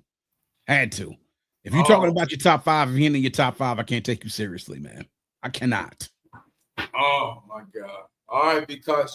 Hey, y'all, are y'all not enjoying this fucking masterclass B.Cox is giving y'all, man? Are we not happy to have this fucking national treasure back? I told him backstage, I said he's special. If y'all love B.Cox, man, show the love in the comments, man, because this man don't even know how brilliant he is sometimes, man. We just so fucking happy to have him back, man. Go ahead, B.Cox. Keep cooking, man. Yeah, man. Cooking, man. I appreciate that, bro. I really do, man. I love doing it, man. I do. And we love you doing it and keep doing it here. Yeah. At number 8, I have none other than O'Shea Jackson himself, Senior. Ice Cube. Oh, shit. Let's get into it. So this is why Ice Cube's in my top 10. And honestly, I'm kind of banging myself on the head because he should be a little bit higher, but I got him settled at 8 for a reason. Okay. His run from NWA to his solo career was legendary. Yes, prolific pen. One of the most, I would say, forgotten and underrated prolific pen as times has gone on, but in the day, Ice Cube was a bad boy with that pen. Just ask, rest his peace, make it ask Eazy-E. You better say it. NWA straight out of Compton, leaving the group right after they had a smash debut album and then smash world tour, just going out on his own, and debut and sophomore album universally recognized as classics and classics on the West Coast forever. America's Most Wanted in 1990 and Death Certificate in 1991 to also then pop up with Kill It Will in between those two as an EP. I mean, you want to talk about groundbreaking and culturally significant, those two albums definitely are, especially America's Most Wanted, because not just of the gangster content as well, but the political commentary. And that's the way the Cube has always been, very politically and socially conscious during his time. He really was. And that we recognize that now the 30 plus years it's been gone. The third album in The Predator, Praise, is an essential type album that gave us lots of hits. He maintained his visibility, his viability, and his success with later albums, both as a solo artist into the late 90s, but then also with the West Side connection with Dub C and Mac 10, dropping albums there as well. In everybody's top 3 of best West Coast MCs all time, he has to be there. No matter what, he has to be there. I would even argue he has to be in probably your top 2, if you ask me, really. But an unmatched pen in what he did in the early 90s. We're talking about him going from the production of Dre and Yella to coming up to his debut album, going to the East Coast of New York, and then working with the Bomb Squad.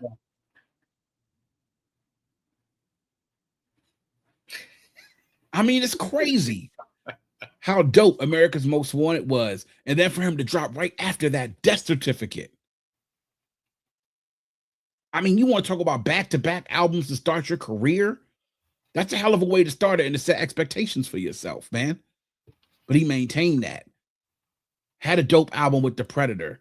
Even had some people would say a dope and solid album with Lethal Injection afterwards.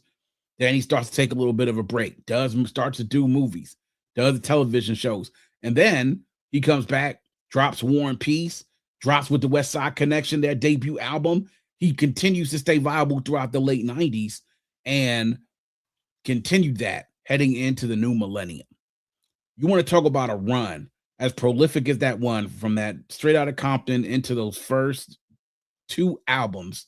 About Cube was about as good as anybody was in the game and was universally recognized as respected as one of the best MCs in the game, and really started to give rise to those West Coast artists out there.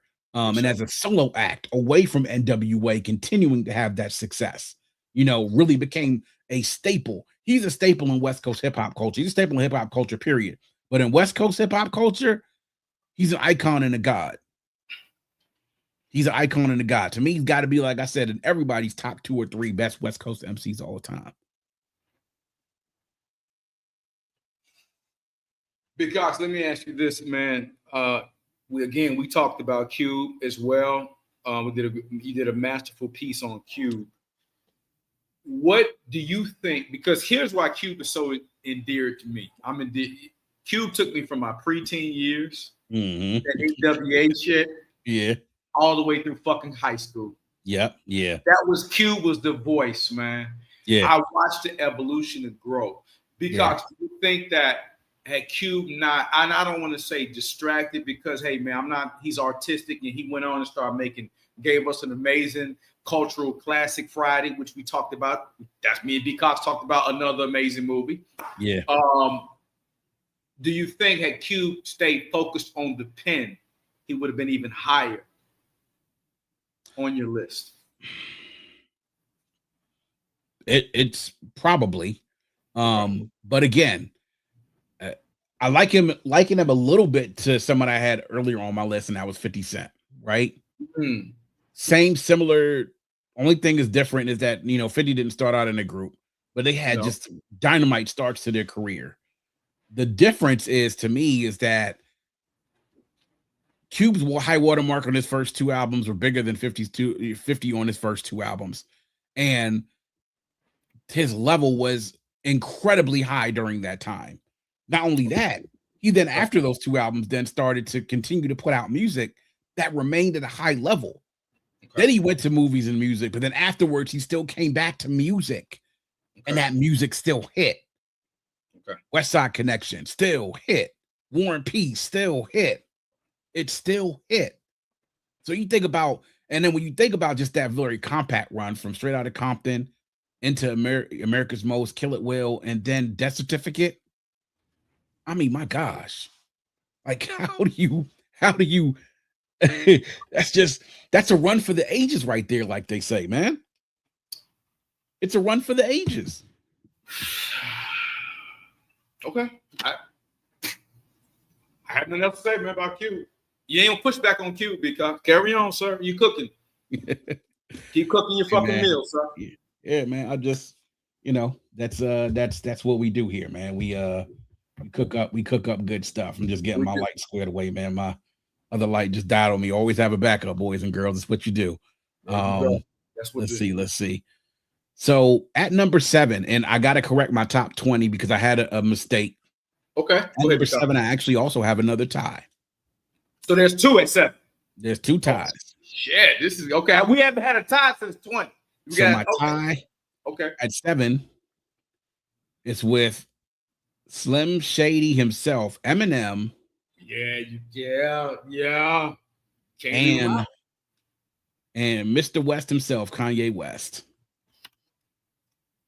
Okay, because I was going. That was going to be a question for you after 20, because I was like, wait a minute, B.Cox, we missing somebody. But you, all right.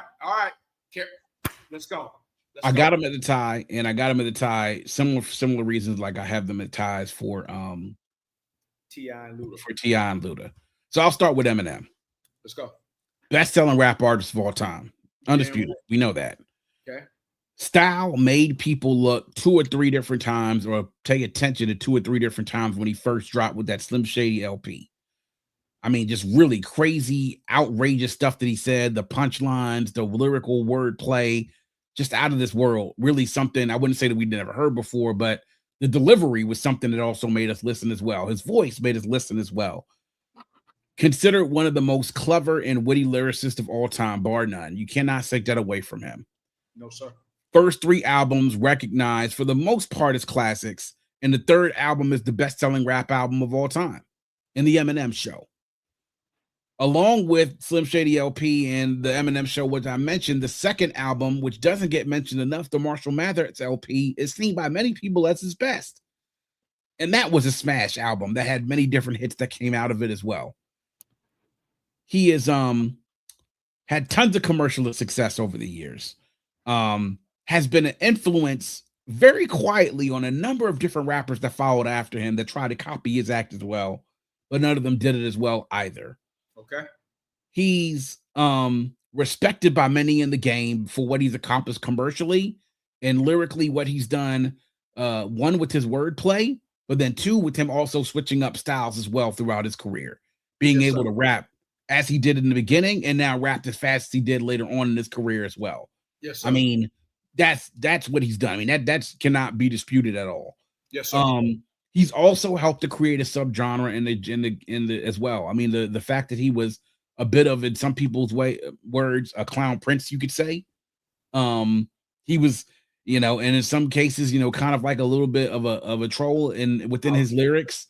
But then somebody as well, when it came to battling, could definitely get down as well. We all know this. I mean, that's how he made his name. He won. He came in 2nd in the rap Olympics, and that's how Dre helped to find him. That and the demo tape that Dre got. Commercially, he's just been unmatched. Nobody has matched him rap-wise as far as when we talk about rap albums. He has sold more records than anybody else. Now, a lot of people will argue this because he's white, but can't nobody dispute the fact that Marshall gets down, man. And at his peak. Come on.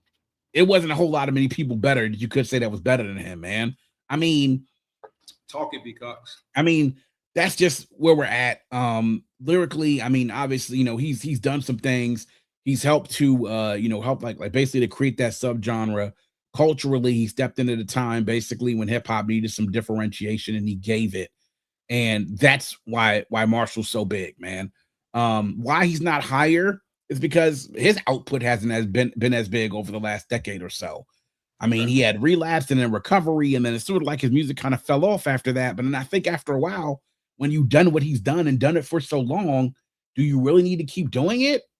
Probably not. He's probably going to make enough money from what he's done before, from residuals and everything else, from 50 and everything else, that he doesn't have to work anymore. And guess what? His great-great-grandchildren, if they don't waste the money, don't probably have to work anymore, bro. Well, so that's Eminem. And he's pretty high because the commercial success vaults him over so many people on this. And he did it at a high lyrical level for quite a while before, I don't want to say a drop-off, but he changed his style up, and some people may have not felt it as much. Okay. Now on to Kanye. Yay. Shot time. Kanye, the start and the beginning and the first half of it was so promising that he was on a trajectory that many people probably wouldn't have touched him. Lyrically, not a beast, but very clever. Obviously, as well, the ghostwriting thing is out there, but you want to talk about what he dropped consecutively, as I call it, the Dropout series, College Dropout, Late Registration, Graduation, in a row. Then you follow that up with something like 808s and Heartbreaks. Yes, sir. Like everybody, we give props to T-Pain and the auto-tune thing. Yes, but man, did Kanye take that and blow it out of the water to the point where it became a cultural staple after 808s and Heartbreaks? Yes, sir. It really did. And then what does he do in following up 808s and Heartbreaks? He drops My Beautiful Dark Twisted Fantasy. I mean, you want to talk about some production being out of this world, him proving himself as an artist and being able to be viable, having the chart success that he had on all three of those albums we talked about from the Dropout series, really being that classic underdog story that made it up basically to the upper echelon of the society because of his success, because of who he was, the people that he worked with, the features that he had. From that 04 era all the way up to Beautiful Dark Twisted Fantasy. Come on. Wasn't many people touching Kanye, bro. They wasn't. And that's what, to me, gets him into this list. And it wasn't just that. It was the production he did on so many other different people's works. Okay. The Watch the Throne album he did with Jay-Z. All the other production he's done with other people. The features also that he had as well during his time. I mean, he was astronomical. The reason why he's not higher on my list in regards to the top 20 runs is because that second half of that run has not been great. True. It's been mid to average at best. A lot of people will point towards The Life of Pablo. Some people even like Yeezus. But these albums that he's been doing later on, pretty much since he, as I say, lost his mind, is what has prevented him from being probably within my top 5 in regards to runs. But that run from 04 to like 2012, bro was on a heater. And he just kept dropping them and kept dropping them. And he was just couldn't miss at a certain point in time. The only person that stopped Kanye West from being in this top 5 of runs is Kanye West. Lyrically not proficient. No. But being able to touch people and make them like you, and also let them have them see you as one of the best in the game based off of the presence that you have, from the production to the song to everything put all together. He was as good as anybody else, man. And that first half, that heater is what gets him in there. Commercial sales, legacy, impact, what he had as a producer, is what he did as an artist, had tons of influence on people afterwards, you know? Songs that he's done now are going to be played for years and years afterwards. Just that second half of it, though, was what has prevented him from getting into that top 5. Because, man, that first half was like Jordan in Game 1 against Portland in the 1992 NBA Finals. Exactly. That's what it was like. That's what it was like.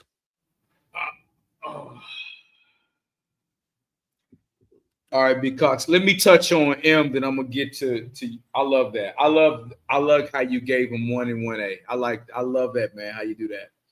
I hope it's just another surprise in there, but you probably didn't got no more ties in there. But I love how you do that, man. Eminem for me, yeah, we want to, you know, culturally sometimes we want to feel that rap is ours, and you know what I'm saying, it's because obviously, and it's one of the few things that we feel that we're the custodian of, and we are. But give credit what credit is due. The man I don't give a damn what color Eminem is. The man can, goddamn it, he can rap his ass off. Exactly. The thing with Eminem, for me, my commentary on this tie for each one of them. M gave me M gave me one of the greatest. Get off your ass and go get his songs. Lose yourself. I will for always. If you say pick one song, get you some shit and get going, and you got a shot to go do something. That man gave us one song. You better lose yourself. That he did. And for him to get on the song, he said, "What, B.Cox?" I said that he did. And for him to get on the song, hey man, and Gladiate with Jay-Z. Yeah. Gladiate with Nas. Renegade, Renegade. Renegade. Hey, I have nothing but respect for Marshall Mathers. I don't give a damn what color he is. The man can rap his ass off. That's him on that piece. Yeah. Ye is. I couldn't agree with you more. Ye biggest enemy is Ye. Yeah. I think Ye still can do. Ye still got hits left in him. Yeah. If Ye can ever get out of Ye's way, very few people. No, it's only been 2 people, and they both from my city, Chicago. They have got Sean Carter to want to do a collaborative album. Yeah. Only 2 people. Sean Carter don't know how to do collaborative albums with people. Yep. He did one with Robert Kelly. Yep. You needed another one with Kanye West. Yep. And for you to go bar to bar, and I'm sorry, man, to this day, because me and my brother Marquise, we talk about all the time. I'm gonna run this town tonight. Mm-hmm. Yeah. That Jay-Z, Kanye tore ass up on that one. Yeah, absolutely. Yep. That's a verse I still talk about how you this go day, from being man. bro, everybody on your no hold. Yeah. What you think I rap for? To put your fucking rap? Oh Lord. Yeah. With Ye. She got an ass that'll swallow up a G string with up top, 2 beast things. Say that shit. Man, when I'm in church, please no photos. Right. Hey, yeah. Ye is, I would say, B.Cox, and this was a top 20. Iconic wise, Ye is a true icon. Yeah. Because he's global. Yeah. And the man has a cult following. Look at his fucking shoes he put out. Yeah. And I'm talking about me. I bought every one of the motherfuckers. And some of them shits was ugly as a motherfucking. And B.Cox, I know you was looking at them shit. I know you laughed about it. You was like, man, I don't know what the fuck people saw. I was that person. I was all in them Yeezys, man. Mm-hmm. And everything Ye touched, Ye touched at that time, turned to gold. And to your point, B.Cox, the only reason he's not higher is because he obviously impedes his own self. His biggest enemy, man. Biggest enemy. I don't know. Get him some better medicine. Get him a fuck away from. I get him back around some goddamn soul food and some black women that can cook for his ass or something. Get him back, because that fucking college dropout run, you ain't fucking with Ye. Yeah, you ain't nobody. Yeah, touch it, man.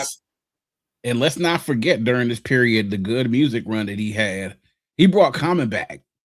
He did bring. He gave us John Legend. B.Cox, did we say he kept Pusha relevant now? Don't forget. Yeah. No, so I mean, that's included in this run that we talk about, bro. It's Okay. Yeah. All right. Beautiful, B.Cox. Beautiful, perfect selection. All right, brother. We're getting closer. We're at 6 now, I believe. Number 6, I got the 2 dope boys in the Cadillac, OutKast. Oh my God. And now a lot of people will say, man, B, you got OutKast ahead of Eminem and Kanye and Ice Cube and Wayne and Drake and everything. Yeah. Let me tell you why. Talk to him, B.Cox. I have them ahead of them. If not for OutKast, where would Atlanta hip hop be today? If not for OutKast, where commercially would Southern hip hop be today? That's what I have to say. They are responsible for putting Atlanta hip hop directly on the map and opening the door to the rest of the South to have widespread commercial success. I want to say that. Widespread commercial success. Yes, sir. First 3 albums recognized as classics. Southern Players, The Cadillac Music, one of the best debut albums, hip-hop albums of all time. Groundbreaking. What Organized Noise did, putting that together with them boys, man, crafting that in the dungeon and then going in the studio and dropping a banger. Well, after everybody listened to it for the first time. Yes, sir. Dee Hibbler said, after they listened to it for the first time, all together, sequenced together, nobody in the room could speak for 2 minutes after it finished playing.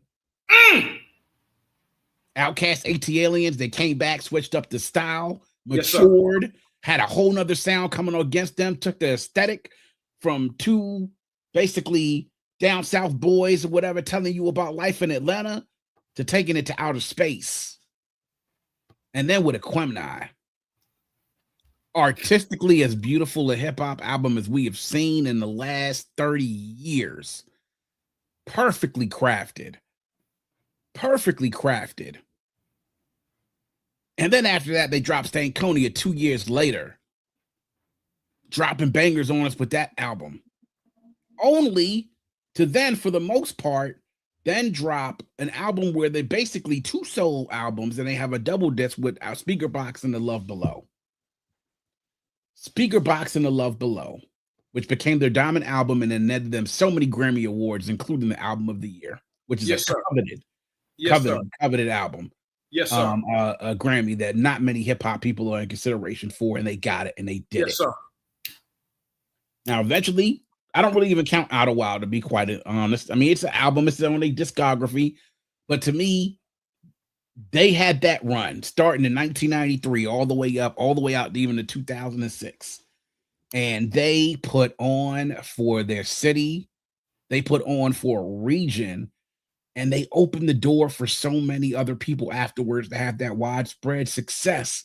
When Dre got up on that stage on the Source Awards in 1995 and told that crowd in New York that was booing them because they would say, "Why are these Bama ass Southern niggas winning Best New Artist when you could have given it to this person or that person?" And when Dre stepped up to the mic and said, "All these record producers not want to hear our demo and I want to say something, all I got to say is that the South got something to say." And history was made. They showed people that you could have adept music that could be smart, entertaining, funny, and also lyrically proficient over dope ass soul music that wasn't even samples, that was original production. And they continue that formula over the better part of 10 to 12 years. And again, we want to talk about the only knock against them not being higher on this list. Talk to me. Is them not wanting to make more music with each other.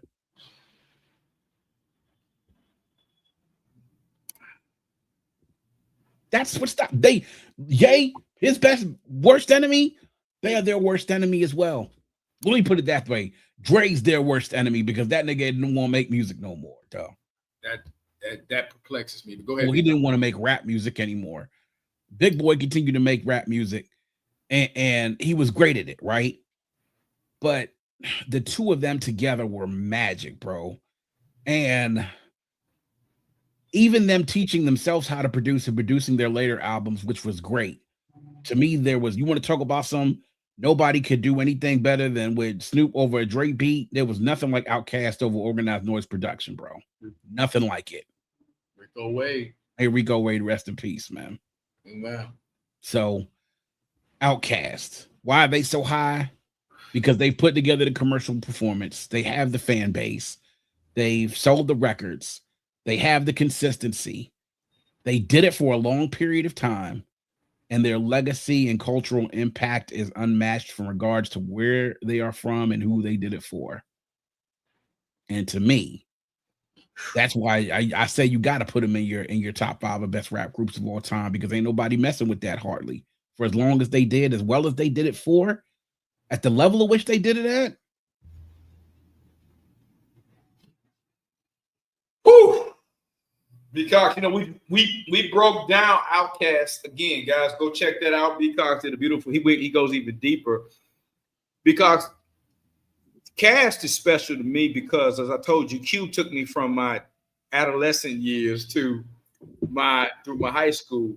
Cast caught me around my junior year. I want to say it took me on into my mid-20s, man, and that run. And so I used to drive around Chicago, man, in my grandmama's Nissan Maxima. Me and my homeboy bumping the fuck out of Southern Place, Cadillac funky music.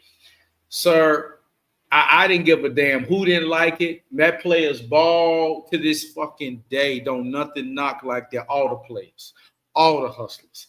Yeah. I'm talking about black man, B.Cox, worldwide. worldwide. Hey, Dre is one of them. Yeah. All right, man. B.Cox, get on. Because I get mad just thinking about. Now, we talk about leaving something desired. Yeah. You talk about me talking about more meat on the bone. Yeah. The fact that this nigga want to play a fucking flute and don't think we want to hear him rap. Breaks my heart. Exactly. Breaks my heart too, bro. Breaks my heart too. Breaks my fucking heart, man. Go ahead, B.Cox. I don't even want to go down that rabbit trail, mess up the game. Yeah. Top 5. Woo! We made it. And at 5, I have Tupac. Oh! Amaru Shakur. Yeah. Talk to me about the great Tupac Shakur. Man, what else hasn't been said, man? The man's been dead 30 years this year, and we still talking about him. and gonna keep talking about him too. Been gone for 30 years, and we still blasting his music, and his music still resonates with us today. From when he jumped on the scene until when he died was only about, as a solo artist, was only about 5 years, man. There weren't many people. There were not many people that had as impactful as a run as him in a very short period of time and had their legacy last as long as Tupac Amaru Shakur. Oh my God. You want to talk about the depth and the dexterity of his lyrics, from the topics he talked about, from the streets to hustling and thugs to political and social issues to women, right? To partying, to his enemies, right? To his homies and brothers and sisters in the hood. Talk to me, B.Cox. About uplifting people, everything, all of that put together. Then to have to go into jail for a year and a half and then be sprung out on bail and to come out popping as the hottest artist in the game with Death Row's backing, behind the production of folks like Dre and Daz and the tutelage of DJ Quick, to drop 2 albums in a year and have them both go number 1, right? Only to have to die that same year as his star was still rising. And as he was the biggest rapper in the game during that year, bar none, 96, Tupac was the biggest rapper in the game. There is no revisionist history on that. He was the biggest rapper in the game in 1996. Look it up. Look it up. Look it up. And since that time, what we've spent is growing the legend of Tupac through a number of different vignettes, through storytelling, through the stories about and conspiracies about his murder, to his music itself. And what we've had in those 30 plus some odd years that he's had since then is a legacy that's unmatched based on the time amount that he had on this earth where he was speaking through a mic. And it wasn't just what he was saying, what you know, the songs and everything. It was what he was saying when he wasn't rapping. It was the interviews that he gave and the way you looked at him. Oh, this just ain't no dumbass nigga on the mic. This is a brother who is smart, intelligent, focused, and knows exactly what he's about, you know, and that inspired so many different people.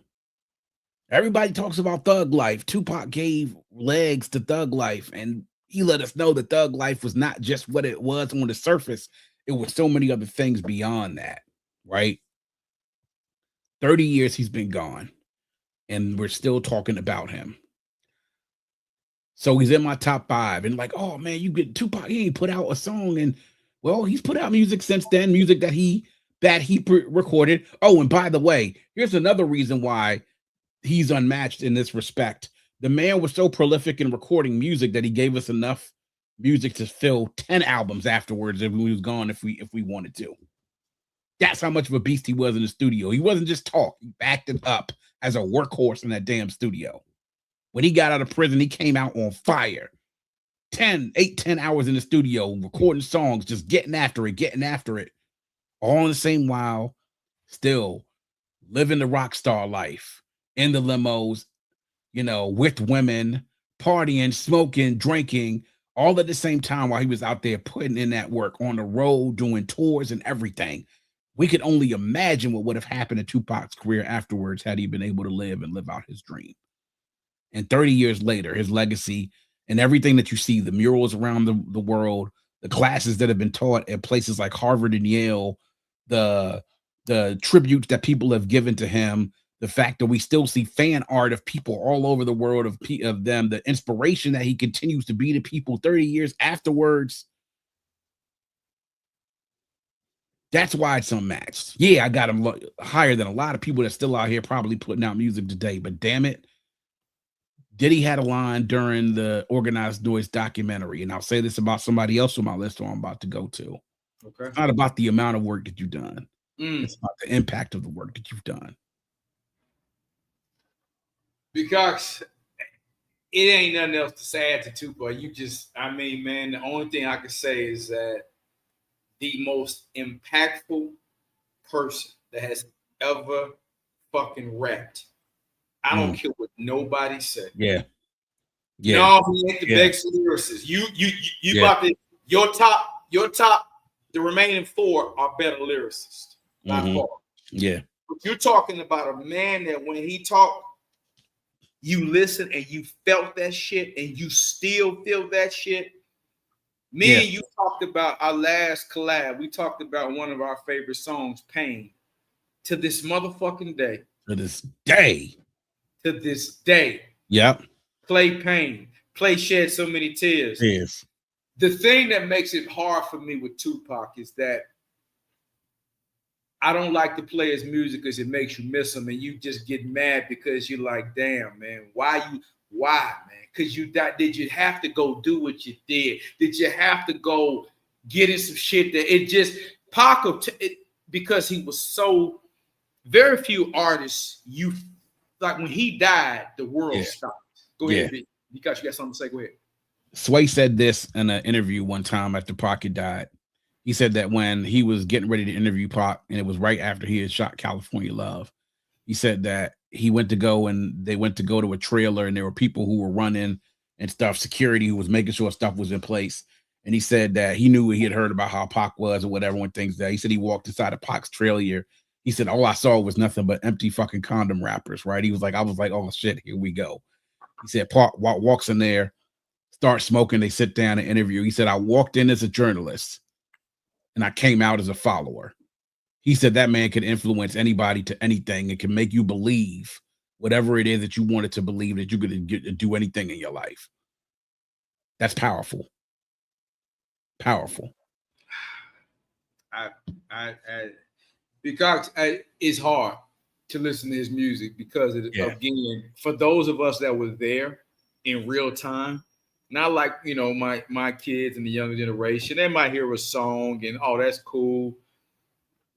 But when you think about, man, just what he meant to us at that time, he gave us hope. He meant, yo, you can rise above, you can do shit. You can. Tupac was the one that made me think, you know what, you can leave Chicago, man. You can rise above this. I mean, then for him to go on and become iconically just as great as an actor. Yep. Dare I say, the man really was a fucking movie star, because there's a difference between being an actor and a movie star. Yeah. He would have been hip hop's first billionaire a long time ago. Oh yeah, definitely. He would have crossed over and got into politics. The man had so much more things to accomplish, and but what you said, B.Cox, after he got out the studio, all those other things derailed his life. Yeah.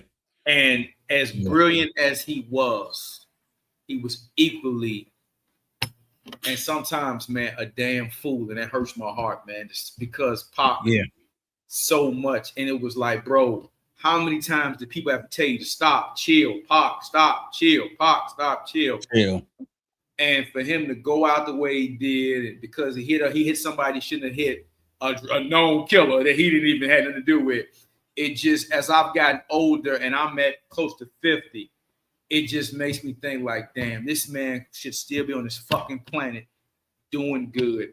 And so it's a very ambivalent feeling about Pac. I love him, but I just hate how the story ended. Go ahead, B.Cox. That's all I got to say. All I got to say is, man, if he kept better company, he might still be here.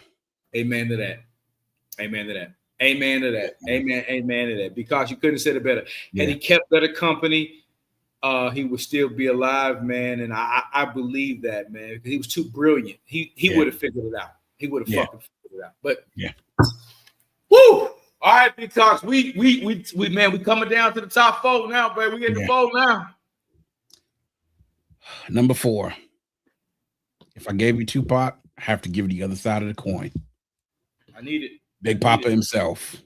Ooh, never softering. Never fucking soft. Smalls. Notorious B.I.G. Oh man. Big and you can kind of flip-flop Pac and Big for real. I mean, to be quite honest, if you give me one, it's one above the other. I mean, it really doesn't matter, right? I personally put Big above Pac because personally what he meant to me. All right.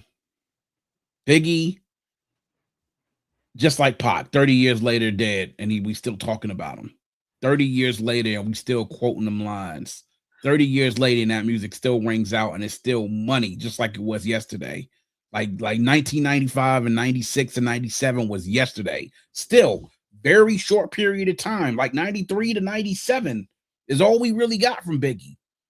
But in that short period of time, he made such a fucking impact. One, based off of his excellence. Two, based off of his presence. And then three, based off of his legacy that eventually he left. We look at Biggie as an artist and as a person, and so many of us see somebody around our way. So many of us see him around as someone around our way. We knew guys like him, right? We grew up around guys like him. Somebody who was immensely smart, and not only that, but then resourceful, funny, relatable in a lot of ways, but then had a talent that nobody else could fuck with, right? And when Biggie got on that mic, he had that rare ability to be able to grab you and to get a hold of you. Man, when he stepped out 93 with Party and Bullshit, he made people feel something. Talking. When Ready to Die dropped in 1994, you felt something.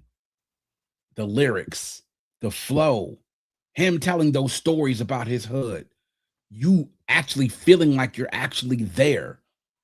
I mean, even just Beyond Juicy, which is the ultimate rags to riches story and the celebration of life, but hearing songs like Everyday Struggle and you know, hearing songs like that, hearing songs like Give Me the Loot and Warning, you know, hearing songs like The What, Suicidal Thoughts, stuff that always just stopped and grabbed you.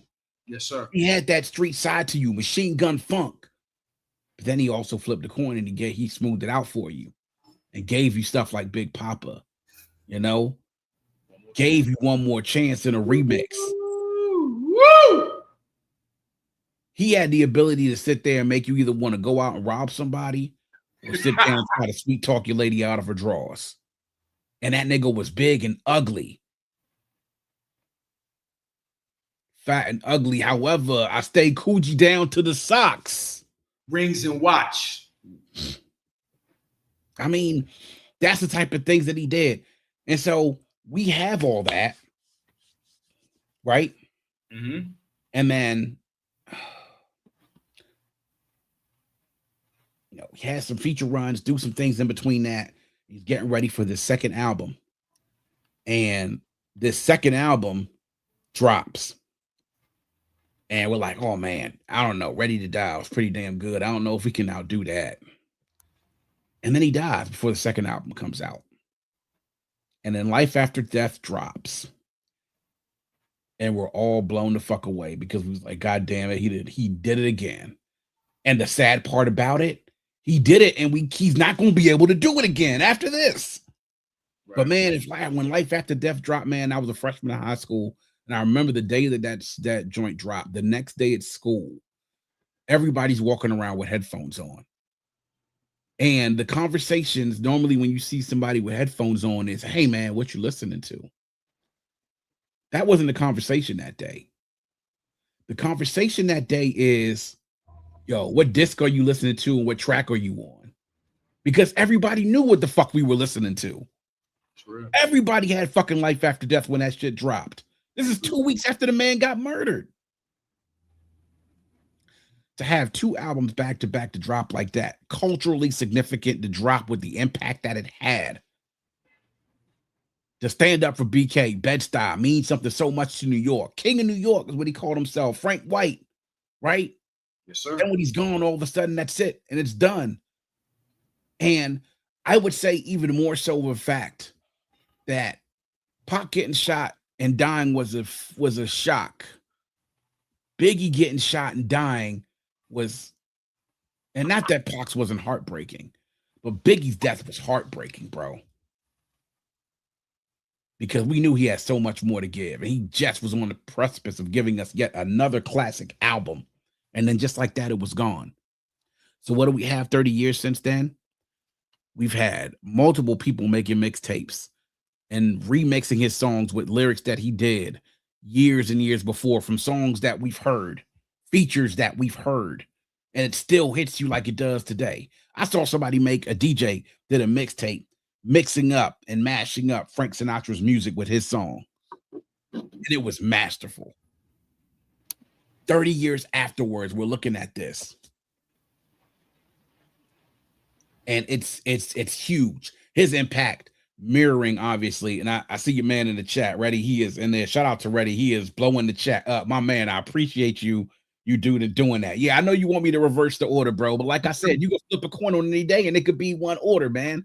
Personally, for me, I just rank Biggie a little bit higher than Tupac, because personally, for me, a kid growing up on the East Coast, growing up so that close to New York, Biggie also being of Caribbean heritage, just like I was, man, That makes sense. it resonated with me a little bit more than Pac did in some respects. Now, Pac resonated more in a lot of respects as well, but Biggie, it just kind of hit with me.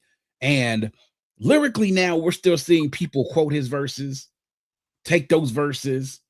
I mean, we've seen them try to remake it into their own now, 30-something years afterwards. We're still hearing those songs, and just like Pac, globally, he's become an icon.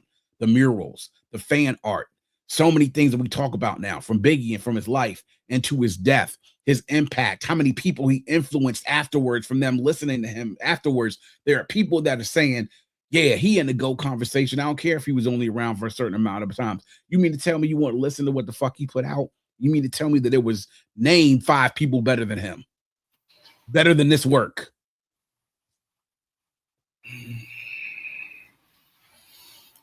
Well, B.Cox, let me say this about Big, man. Big was the first rapper that I've ever heard paint a picture so perfectly. Lyrically, as much as I love Pop, lyrically, couldn't nobody touch Big Papa to this fucking day. This, I quote throughout the day, me and my brother Marquise, we'll find ourselves quote so many Biggie lines. Just, I don't know how I remember this shit. You know, the finest woman I love with a pack. I mean, Big, I mean, me and my bitch. I mean, it's so, I mean, things didn't change. Him getting on a song with Bone and rapping their style. Now, Pop did a great song with Bone too, but Pop was Pop. Yeah. Big took their fucking style and destroyed them, dare I say. Yeah. Often dangerous. Ain't nobody get back with us. All these niggas, I got to fight one. All these hoes, I got to fuck one. But I'm like, yeah. Big, I just think, man, honestly, Big was it's a tough thing, B.Cox, and I understand your allegiance with Big because growing up in the East Coast, that makes total sense. Yeah. You were geographically a little closer to Pac in Chicago. Yeah, I get it. Pac was Midwest. So Pac, by the time Pac was doing his thing, he owned this. It was Pac and Scarface for us. Yeah, I get it. But we could not, when that man came with that fucking one more chance. Yeah. Even the fucking hardest Tupac fan was like, God damn it. Yeah. And you know what? You mentioned lyrically painting a picture. Storytelling, he's one of the best. Storytelling is one of the best 2 rappers of all time to do it, not named Nasir Jones. Come on. You talked about Things Done Changed, Warning, Suicidal Thoughts, Friend of Mine's, Me and My Bitch. Then on the second album, he opens up the album with Somebody's Got to Die. I got a story to tell. Niggas Bleed to me is still one of the best storytelling. You want to talk about cinema on paper? Styles P sat down with Matt Hoffa, right? And he was talking about Biggie. And they just talked about just the second verse in Niggas Bleed. Talk about my man Arizona rolling out in Tucson, Push the Black Yukon. Like, yeah, I mean, so just the way that he painted that picture about his man that was his connect out in Arizona, telling his story. He a criminal, nigga making America's most, slit his baby mother's brother, slit his throat. The nigga caught back with the toast, beat it, took it to court, beat it. Now he feeling he undefeated. He made it. Lavish Habits came back speaking Spanish. Fuck comes up with this Spanish shit. Came back speaking Spanish. Lavish Habits. I mean, who comes up with this shit? Right. So the stories he was able to tell, it was like cinema on paper, right? Even Styles said, he's like, that verse right there. He said, you could say, bring something to Martin Scorsese, 2024, 2025, 2026, Scarface, the Arizona Ron story. It's cinema on paper, bro, is what it is. On wax is what it is. See, when I tell people how Biggie separates himself from people, from other rappers, that's where you do it, right? Because we can all rap about money's hoes and clothes. We can all rap about the streets. We can all talk about ladies. We can all talk about the game. But when you talk about painting a picture so goddamn vivid that you can see it in your head, this nigga's rapping it, and you can feel like you were fucking there, standing there, looking at it. When you want to talk about how he separates himself, that's how Big separates himself and ends up in the top 5 of this list. Because of that, 30 years later, and ain't nobody telling stories like him, and they're not named Nasir Jones. Nobody. Today's agenda. I got the suitcase up in the central. Go to room 112 and tell them Rocco sent you. B.Cox, stop, man. Hey, oh man. Big. Yo, all apologies to your man Reddy, because he going at me in the comments about having Pac over Big, bro. But you got to think, man, it's a regional thing for me, man. I respect Pac, man. And like I said, you could flip a coin with the two of them, bro. And I shout out to you in the comments. You killing it right now. But to me, Big is ahead of Pac just by a little bit, only because of when I came up, where I grew up, man, and what he meant to me personally. So the allegiance, it was, and at that time, B.Cox, we always had to pick a side. Yeah. Unfortunately. Yeah. And if you was a Pac fan, you could outwardly love Big too much. And if you was a Big guy, you just had to be like, yeah, Pac is. But when you mature and you get past all of that, because that was just all foolish beef, Big was fucking brilliant, bro. Yeah. The greatest storyteller outside of Nasir Jones. Yeah. God ever made on the mic, bitch. Yeah. And I'm gonna let you get on with with all respect to Slick Rick and Scarface and any other great storyteller out there that are phenomenal, man. But nobody other than Nasir Jones is touching Biggie with that storytelling shit, bro. They not, man. Nah, I'm with you on that. Nah, yeah. I'm with you. Go ahead, B.Cox. You cooking, man. You cooking. Get us to the top. We in our top three now, B.Cox. Top 3. All right, who we got?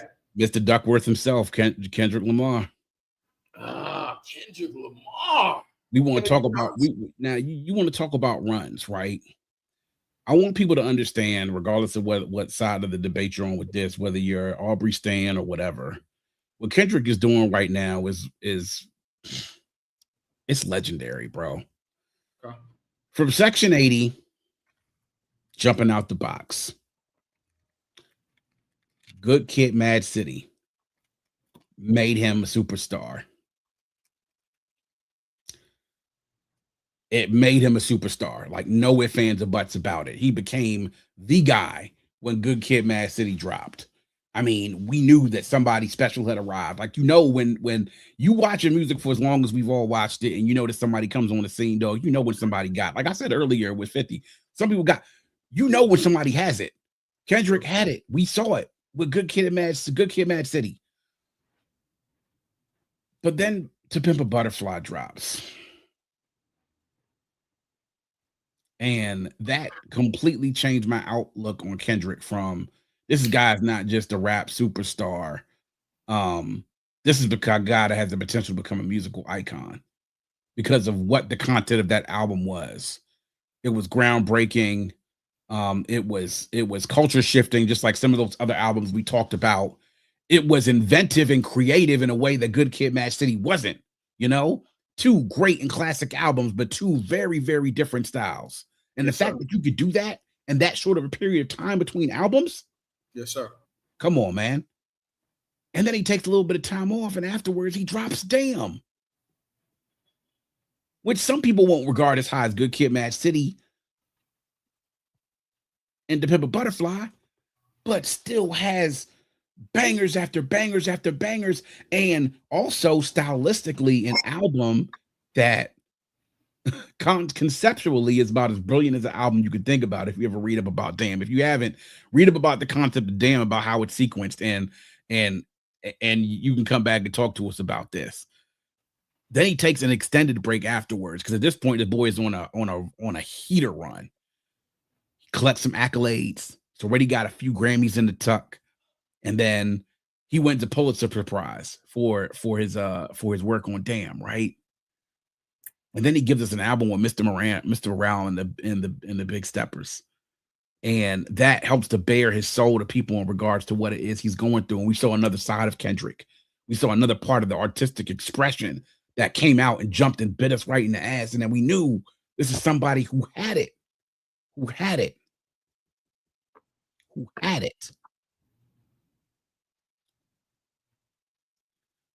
And then he follows up with this whole thing, which put him right back into the consciousness of this battle he has with Drake. And that is what lifted him into the stratosphere in regards to his responses to Drake on record once he finally decided to step in the ring with the one person that he probably hated the most. And he gave us heater after heater after heater with that until he effectively ended the battle. And in my opinion, ended the discussion as well between the two of them, right? Then right after that drops, he's hot. So he drops GNX. And he makes, in my opinion, a classic West Coast album, right? And he collects more Grammys as a result of that in between all this stuff as well. So he's starting to rack up the Grammy wins. He's starting to also rack up the accolades as well. Kendrick being so high on my list. Damn, why the hell, B.Cox, you got Kendrick Lamar so high on your list? Because, God damn it, look at the resume, asshole. Talk it, B.Cox. Look at the goddamn resume.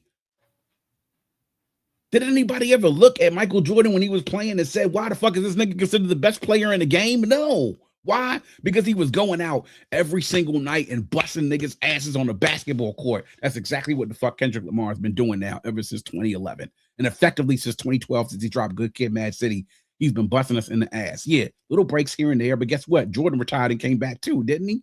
Yeah. Still came back and bust niggas' ass when he took a break. Still came back and bust motherfuckers' ass afterwards. Lyrically proficient, stylistically and artistically has developed along the way with each one of these albums, and you can't say that his music has become formulaic. He's changed himself, developed, evolved. His music has become the point where we not only just, I see your boy already saying that Tupac's being studied in classes. He is. Guess what they're studying in classes now? Kendrick. They're studying his music now, and he's still rapping. He's still fucking going. And I don't know what his Grammy count up is to now. I mean, shit, it's like, what, 15 or something like that now? I don't know what the fuck it's at. It's pretty goddamn high, though. I do know whenever the fuck he drops, nobody else has a fucking shot at winning it. And I'm not saying that Grammys are the measure in regards to how great he is, but look at the fucking resume. Lyrically proficient, at the top of his game and better than anybody else in this era, in this generation, to a point where he's leaped into so many people's top 20 and top 10s now all time. And it's warranted.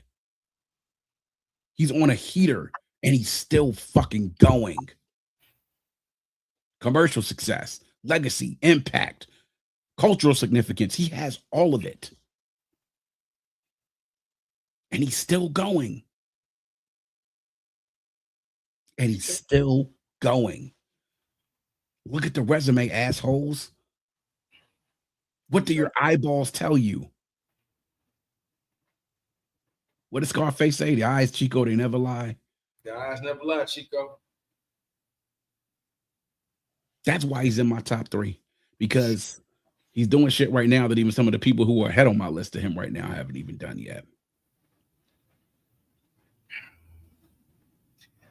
I think B.Cox, when it comes to Kendrick, man, for me, he was the dark horse out of this entire list. I hadn't even really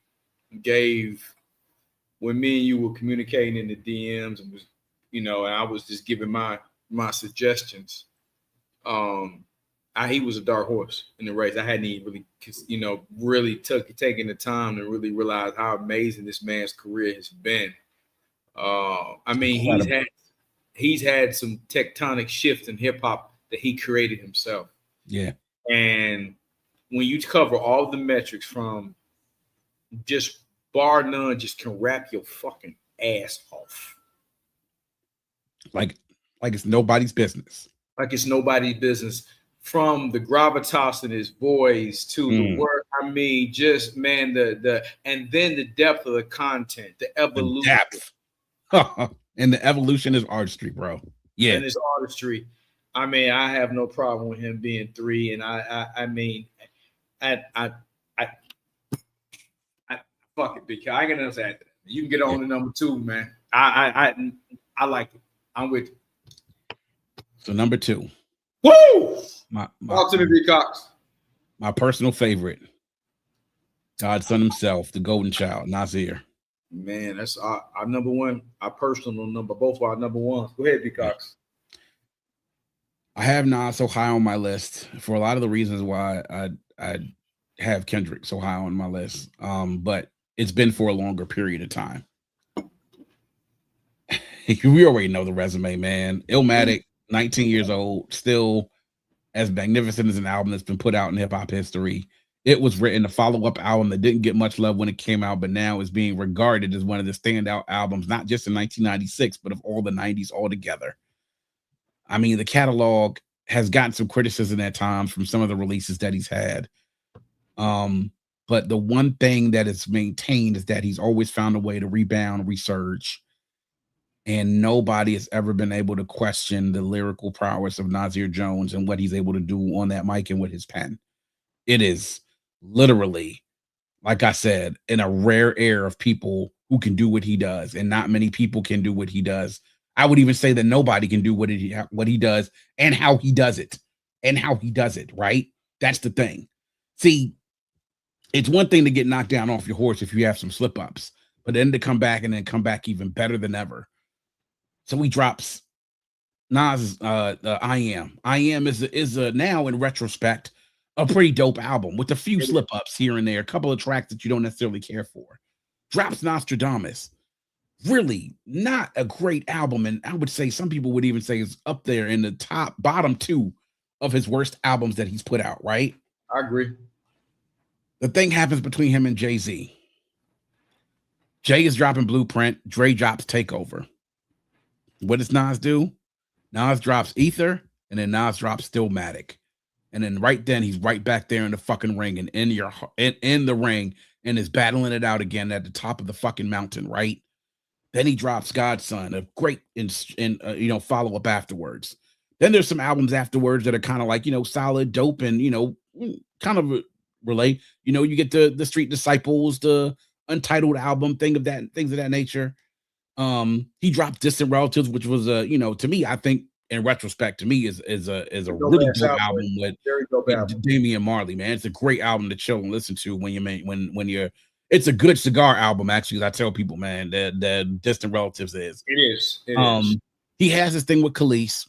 He's down and out because she done taken him for half of what he got, and then he drops something like Life Is Good.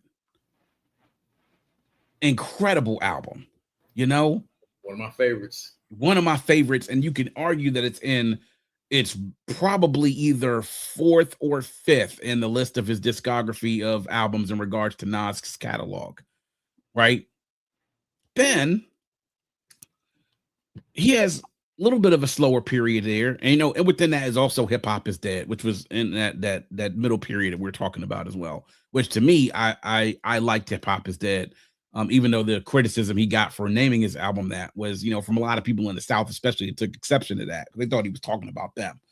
But he took a little bit of a break. He drops and then, comes out with the Nasir album, which he dropped with Kanye, which by and large was a disappointment. It was. But goddamn, Nasir is never going to be down for long. Because damned if he didn't a few years later link up with Hit Boy himself and give us the first of the King's Disease series and King's Disease, which was immaculate, which was great, right? This is when we say, damn, Nas still got it and Nas is back. But then a year later, he drops KD2. And KD2 to me is an album that holds a special place in my heart because it came out right before I had my bachelor party and right before I got married. Incredible work. And just to me, on a personal level, so many of those songs resonated with me because I saw that the artistry of Nas was still there. And that Hit Boy production was it was money every single time. Then out of nowhere on Christmas Eve, later on that year, he fucks around and drops Magic. Yeah. Blown the fuck away by Magic, only 9 tracks. And just like Illmatic, it was like, what the fuck? This is all you're giving us, dude? Seriously? And not even a year after that, he drops King's Disease 3. Another like fucking classic Nas album. Just him on top of his game lyrically. That Hit Boy production just destroying it. And then he drops, he finished out the KD2, the King's Disease and Magic series with Magic 2 and Magic 3. He just dropped that premiere album last year. Mixed opinions about that. I actually enjoyed the album because I saw it from a different lens. This wasn't Primo and Nas in 1994. This was Primo and Nas 30 years later. Therefore, some things are going to be different. You couldn't expect what you want to get for Illmatic on this album. You couldn't. So to do it from 1991, from Breaking Atoms, Live at the Barbecue, you talked about it. You gave the line, he went to hell for snuffing Jesus. Come on, bro. All the way up to 2025. We're talking about 34 years of you lyrically on top of your game, being recognized as one of the best lyricists in the game, if not the best lyricist in the game. Yeah. Having classic albums with the breadth of different producers, from DJ Premier to Large Professor to Pete Rock to the Track Masters to Havoc to Dame Grease, back to Premier, Large Professor, Salam Remy. I could keep going on and on. Hit Boy, with the series that he had with Hit Boy. I mean, he just keeps going. And whenever he has a little bit of a slip up, he keeps getting the fuck back up and letting you know just how bad of a motherfucker he is. 34 years he's been doing this and letting us know that he's baddest motherfucker to pick up a mic in that time period. And he's been going. No matter what the detractors may want to say about him. Oh, he doesn't know how to pick beats. Oh, ain't nobody playing Nas around bitches. Oh, ain't this, whatever. I don't give a fuck what the fuck it is you got to say. I don't. Nasir Jones is in a rarefied era of MCs, and he's been doing it for 34 fucking years. And just recently, he gave us not one, but 2 trios of albums that gave us multiple classics within those 6 albums. That's all I got to say. Man, well, B.Cox, Nas has become, when I always give my top 5, man, you know what I mean? We talked about this, B.Cox. Nas, the continuum of music, he's number 1 all time for me. And I will be the first to admit, we didn't get Illmatic in Chicago. Like growing up, it didn't, Common talked about it. We didn't, I guess it got leaked. We didn't get Illmatic. It just didn't come there. And so Nas, we were late to the party on Nas in Chicago, and then he didn't have the radio hits or anything like that. You and me talked about, him just opposed to Big, Ready to Die versus just opposed to him. Man, we and you did a whole take on that. Nas was that guy that he's from another fucking rap planet. Yeah, I don't even know another galaxy. He's from some Nas. When I think rappers, I don't even consider him in any pantheon of rap. Like Nas is from another fucking galaxy. Because this man rapped a whole song, a concept backwards. Yep. Rewind. Who the fuck can do that? Before J. Cole did it. Absolutely. Yep. Before J. Cole did it. Thank you, B.Cox. Yeah. And okay. Again, Chicago, growing up, it's a rah-rah town, rah-rah city. When he came with that goddamn Hate Me Now, you was like, oh, he got that shit in him. Yeah. Yeah. He got that shit for real in him. Yeah. Escobar season has returned.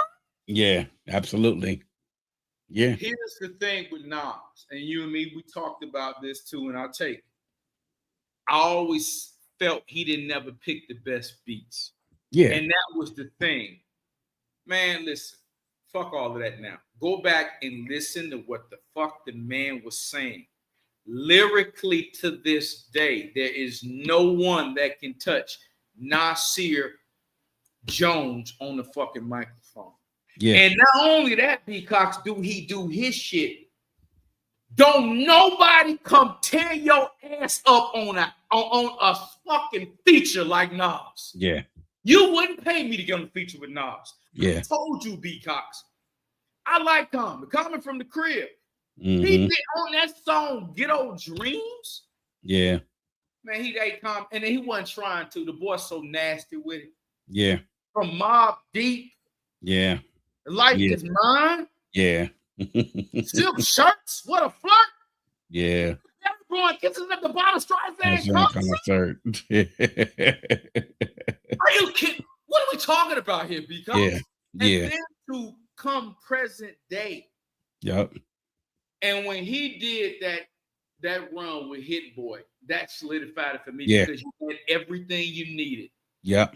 He got the beat. He had all the perfect beats. He had a producer with sensibility to get him all the fucking beats he needed. He had a modern sound, but it was still vintage Nas. But the thing with his evolution, his maturation, and KD2 is my favorite as well.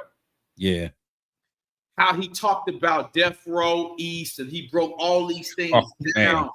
40 side. I mean, not. Yeah. I've never heard nobody be as street, as poetic.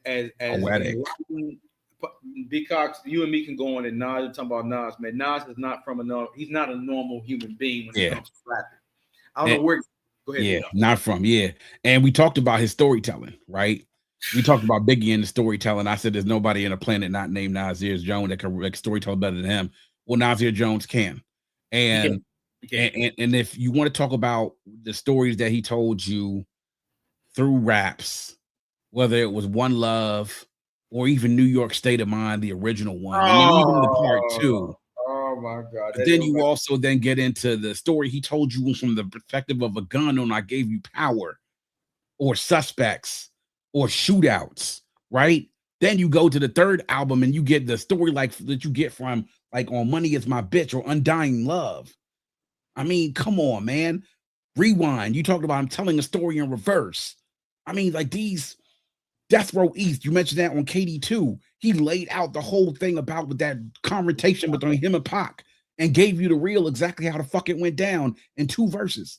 And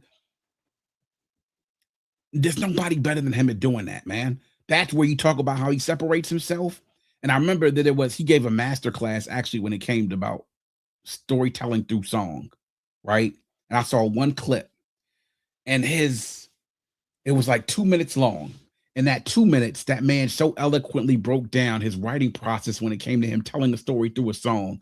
And he's like, yeah. So if I'm talking about walking into a room, one, I'm thinking about the environment that I might be in, the color of the walls, the furniture that might be there. There might be a table that has a glass of wine sitting next to it, half drinking with a lipstick on it. And you might notice the smell that's in the air. Is that weed? Is it something else? You know, there might be something else off about it. The blinds are half closed. Like all those things are things and details that I try to think about when I'm writing this song, that in the environment that I'm in, how many details can I capture in this verse to paint this picture for this person? And I just sat there and said, God damn it, that is fucking brilliant. Like that is fucking brilliant. Like who the genius is what that takes, is exactly what that takes. 34 years, man. 34 years. Nas is not even from this planet when it comes to rap. Because I mean, you and me, he's on our number one, both of our number ones of all time, man. The thing that I cherish the most about him in this run, you have with him, he's kept the music number one. Like he never overexposed himself. He always kept the integrity of the music number one. You didn't see him. Yeah, he made one movie. Goddamn, he said, I'm done with that. I did one and I'm done. I'm not trying to go do a whole bunch of things that ain't really me. Mm-hmm. His foundation has always been the music. he has a rabid fan base Yep. that will damn near come to fisticuffs about Nas. Absolutely. He also has a legion of lady friends too, that women, female admirers that love Nas. Oh yeah. He's got the gamut, and Nas has always been fly. He's always been cool. He's always just been intelligent. Nothing but kudos, man, and love and respect and veneration for Nasir Jones, because I ain't got nothing else to add to that, brother. Yeah. All right. So we're at the end. At the end, we had to finally made it to the number one spot, man. Number one. All right, B.Cox, let's close it out with the number one spot, brother. And number one, I had to give it to him because nobody's done it like him, as long as him, and had as much success as him, and did it prolifically as him. None other than Sean Corey Carter himself, Jay-Z. And I put Jay at the number one spot for this reason. He jumped on the scene in 1996, dropped Reasonable Doubt, classic, right? 97 drops In My Lifetime Volume 1, dope album. In My Lifetime Volume 2 made him a superstar, launched him into that next level of superstar. Dope album. He continues to drop dope after dope album, and lyrically he continued to evolve after that first album. Like he always says, I'm always switching the styles up. This one's gonna get bit up, as he told us on the Black album. I mean, for damn near 7 consecutive years, he dropped albums and they consistently hit. And at a certain point, they were always number one on the charts. And what did he do? He gave us a plethora of radio and club hits to party with. And he did it so effortlessly.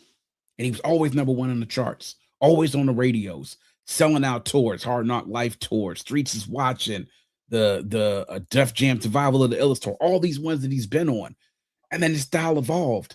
He went from writing his lyrics down to eventually not even writing them down at all. Then he gets into a point where artistically he's so great that he's able to step into a studio, hear a beat, and then go and do a song. Ain't No Love in the City. They said he did that literally in 45 minutes. No do-overs, no other takes. He just did it just like that. Greatness. He gets these albums. These albums are all going number one. They're going onto the charts. He's recognized, obviously, for his skill. And he did it consistently from 1996 to 2017 when he dropped 444. Now, he took some breaks. Remember, he quasi-retired. He only retired for 2 years, came back with Kingdom Come. He kept dropping albums. And while the later albums in his catalog weren't as great, okay, Kingdom Come, Blueprint 3 was kind of questionable. Magna Carta was not great at all. 444 to me, I still say is, in retrospect to me now, I would say there's some problems I have with that album too.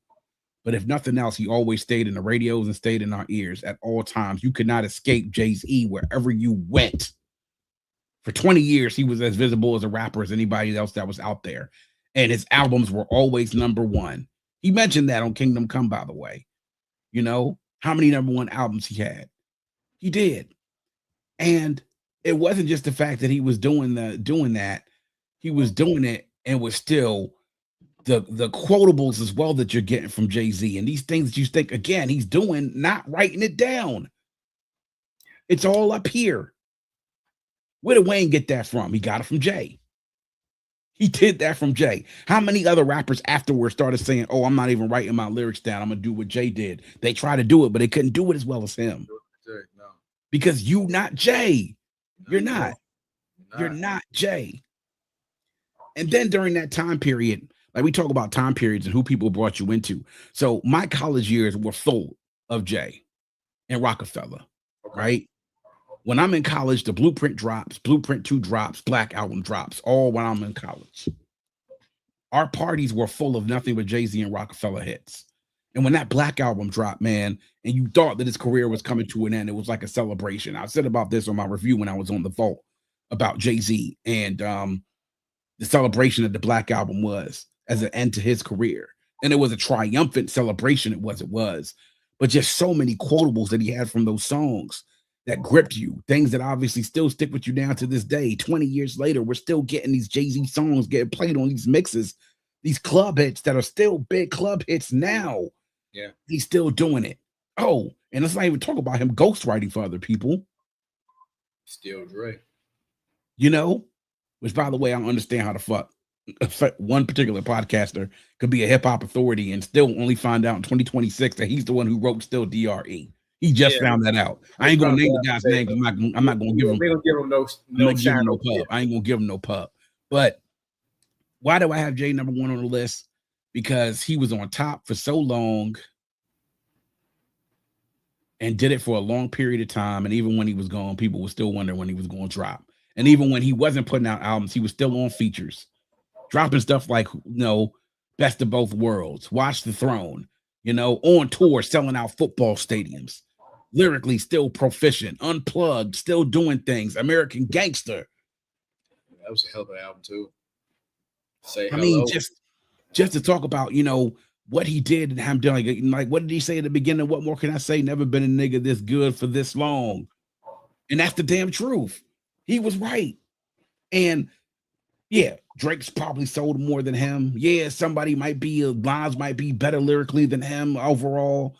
But when he put the whole shit together, bro, when we talk about all those things, the criteria you talked about as far as runs were concerned, he checks every single box on that list, and he checks it twice because that's how good he was, right?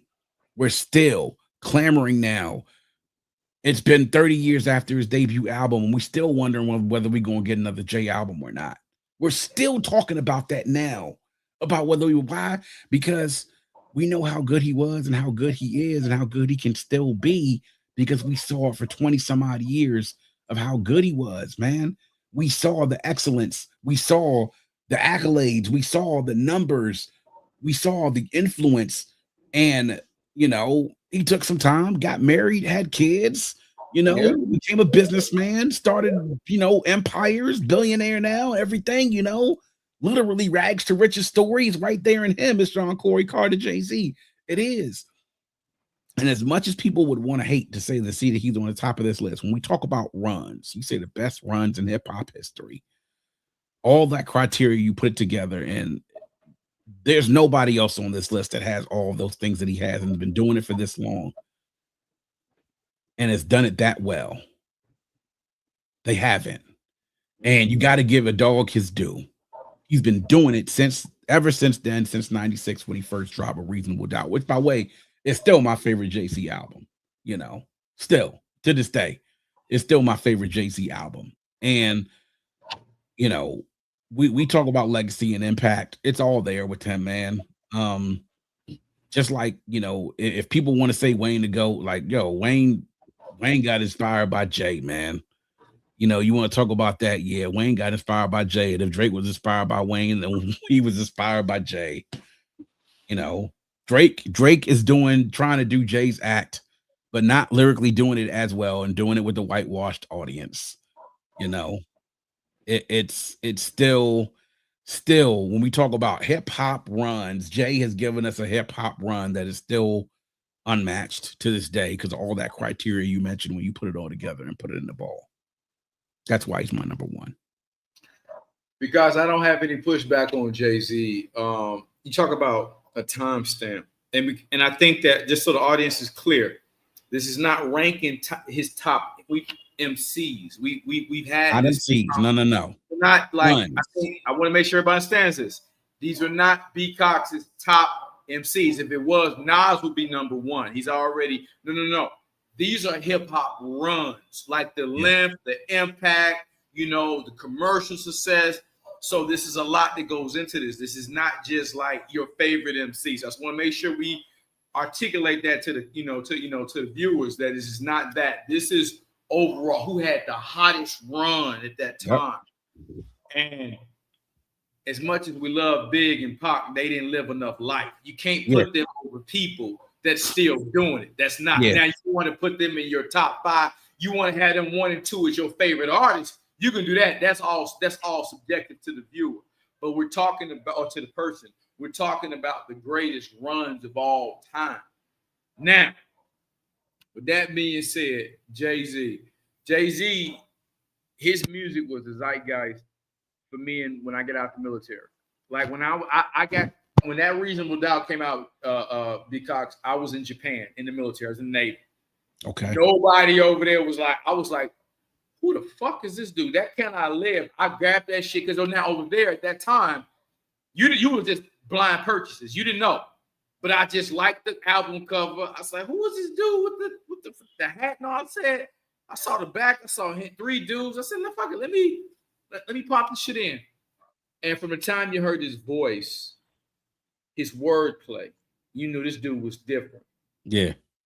And I was with him. Hey man, you know what? This in my lifetime, volume 1. Yeah. Cough Up a Long Way from Mars. He had some bangers on there too. A lot of people sleep on that one. But when that boy came out with that goddamn volume 2, that Hard Knock Life, he was out of here. Yeah. He was out of here. Yeah. No skips. Yeah. Jay-Z, that album, Hard Knock Life, volume 2, that in my lifetime, volume 2, Hard Knock Life album. That was me in Virginia, B.Cox, when I was got out the military. Me, my brother Marquise, we played that shit. That Jay-Z was forever in the backdrop. Yeah. That Blueprint came out. That Blueprint, man, I mean, no skip. 9/11. B.Cox,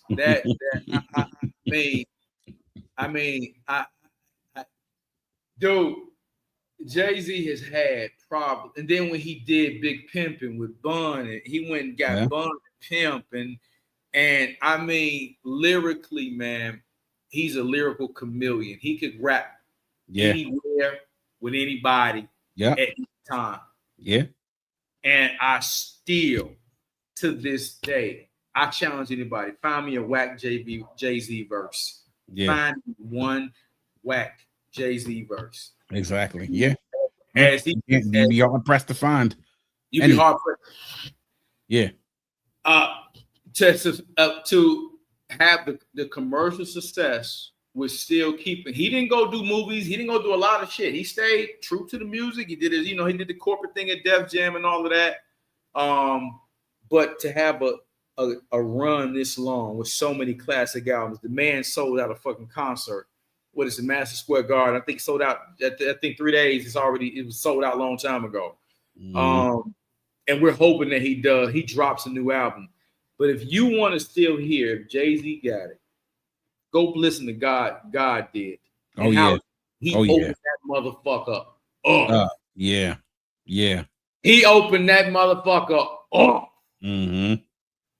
Man, I have no. But Jay-Z all-time great. B.Cox, all number 1 hip-hop run of all time. You got to give it to Hov, man. Yeah, you do, man. You do. And all the checks all the boxes, and like I said, checks them twice. You got to give him his due.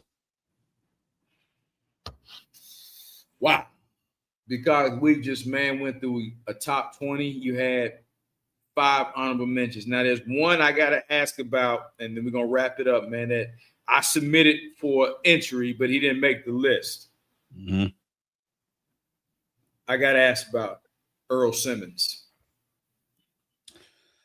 So DMX is if I would put him up, I'd also would put him in the honorable mention. Very short, like we talk about time period as far as the peak was concerned, right? 98 to like 03. Yeah. Hot as fish grease. In 98, he was the biggest rapper in the world, bigger than Jay-Z, right?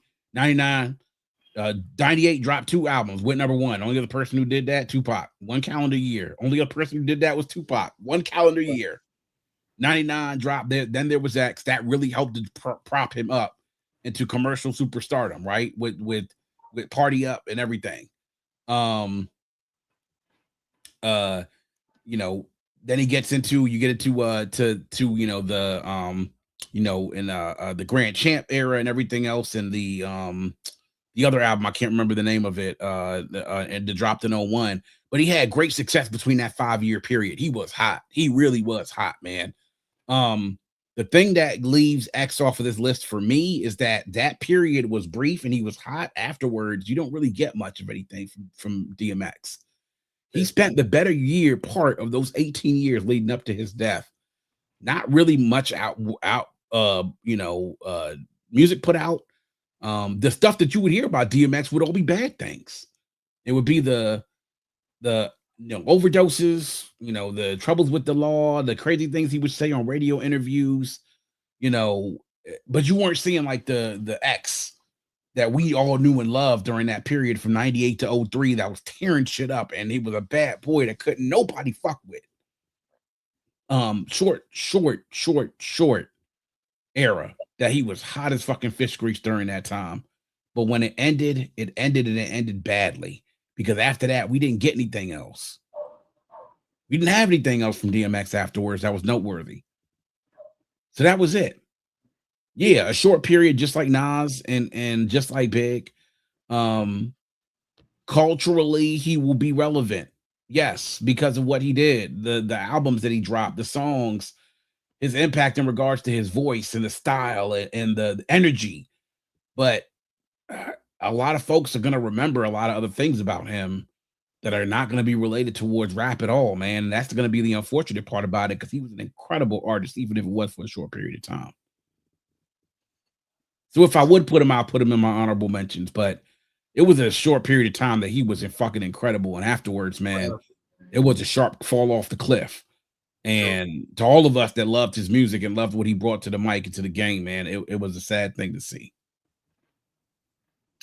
Okay, B.Cox, we touched upon these two, and we're gonna wrap it up. I'm gonna let you explain. Just again, they were submitted for entry, but I'll let the aficionado and the maven do what he do.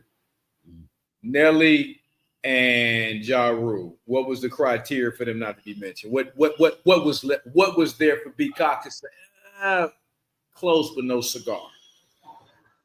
Well, Nelly, commercial success out of this world. I think honestly, we talk about commercial success. There's probably only three other artists that probably top him on this list, and that's Eminem, Jay, and Drake. He's right up there with them as far as commercial success is concerned. Stylistically, he was very unique. I just don't know how influential he was in regard to seeing how many people was trying to copy what it was that he was trying to do, right? Because he was a bit of a unique act. And again, with him, it was a sharp fall off the cliff. You had Country Grammar, diamond selling album, Nellyville, 8 million copies sold. The album he dropped in 04, I think it was Hot and Wet, whatever the name of the album was, where it dropped down and get your eagle on, girl. That was big and had some hits to him or whatever. And then he had some radio hits in between that. He did this crossover thing as well. So he had some success, but just like that with Nelly, he kind of moved on to other shit and rode his star off of what he was before. And then he was on some features, grills, and stuff like that, but it was kind of not a sharp fall off the cliff like DMX, because he was still he still had money, he still everything. Right. But it's just like he kind of after a while was just like, fuck music, I'm all right, I'll just do these businesses and maybe have a label or something, and I'll lay around and lay up with Ashanti and shit on and off again for a few years, and finally we have a baby and get married type shit. You know what I'm saying? So for Nelly, it was a short period of time. The commercial success he had was crazy those first two albums, bro. Yeah. And on the charts, he had it. He had those hits on the Billboard charts. He crossed over and had some appeal. But then after a while, just like he kind of just said, fuck music. That's fair. So, I mean, yeah, Nelly from 2000 to 2004, 5 was... Yeah, that nigga was just as big as anybody commercially, and success-wise, he had it. But after a while, he was kind of like, I'll stick around and be famous for being Nelly, right? But other than that, I don't think I really need to do much music that's relevant anymore, because I made my money. I'm going to keep making it. All right. I mean, we sell 18 million records in 3 years. It's kind of hard to debate about, whether or not you still need to keep doing stuff as long as you're managing your money right? I mean... He sold his catalog and got like 40-50 million off that motherfucker. So he doing all right. Okay, last one, B.Cox. The Rule. So with Ja Rule, again, at his peak, There was like a 2-year period when Ja Rule was killing the radio, bro. People forget that shit. They forget that. Ja Rule was killing. My first couple of years in college, Ja Rule and Murder Inc. were fucking killing the radio, and our parties were packed with those songs, and they were bangers, and they still are to this day, still bangers. You listen to them old Ja Rule hits and them old Ja Rule songs. What happened to Ja Rule? 50 happened to Ja Rule. That's why. Okay. I mean, he had a very short period where he was really, really great. And once he got popping on the radio and he got on a roll, man, he started cooking. And them club hits and them radio hits and they was coming in, bro. But Ja Rule had it. The club hits, like those club hits from my college days, man, those radio hits from my college days, they were, man. Oh man, you want to talk about some, all the stuff like the, Lil Mo Put It On Me, all these little, the songs with Vita, with Ashanti, Ride or Die, Down Ass Chick, and all those songs, man, were all made up a big part of my college experience, bro. That shit made parties pop, man. It's songs even now, 20-something years later, dog, we still party to, we listen to, man. We'll still give it its respect, man. But after 50, though, after Get Rich and Die Trying, yeah, and after G Unit got on Rule Ass and Murder Ain't Gas, bro, it was kind of game set and match after that, bro. That was it. That was it. Touche. I'm not gonna ask you about him because he don't really qualify, but do you think you can answer this abbreviated, B.Cox? What hasn't the game did enough of to make the list in any regards? Documentary classic, Doctor's Advocate, essential, damn near classic album.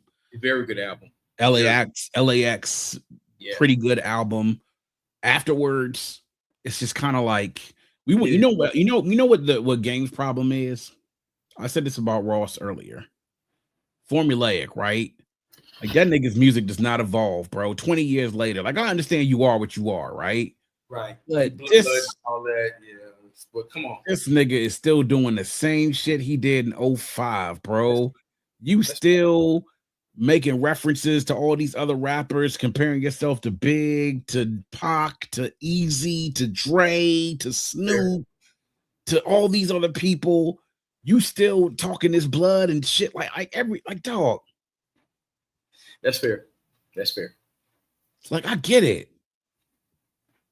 Lyrically bad in his era, as good lyrically as some of the best. And can go. I've heard him go on some albums, and that's what drew me to him in the first place, man. He's also, when he wants to be, a very good storyteller as well. When he wants to be. But it's just too formulaic after a while, man. And at some point in time, it's like, just dude, you gonna when are we gonna evolve here? When are we gonna evolve here? And he hasn't evolved much at all in 20 years. If anything, I think he's gotten worse. Yeah, he's regressed. I think he's worse than Ross.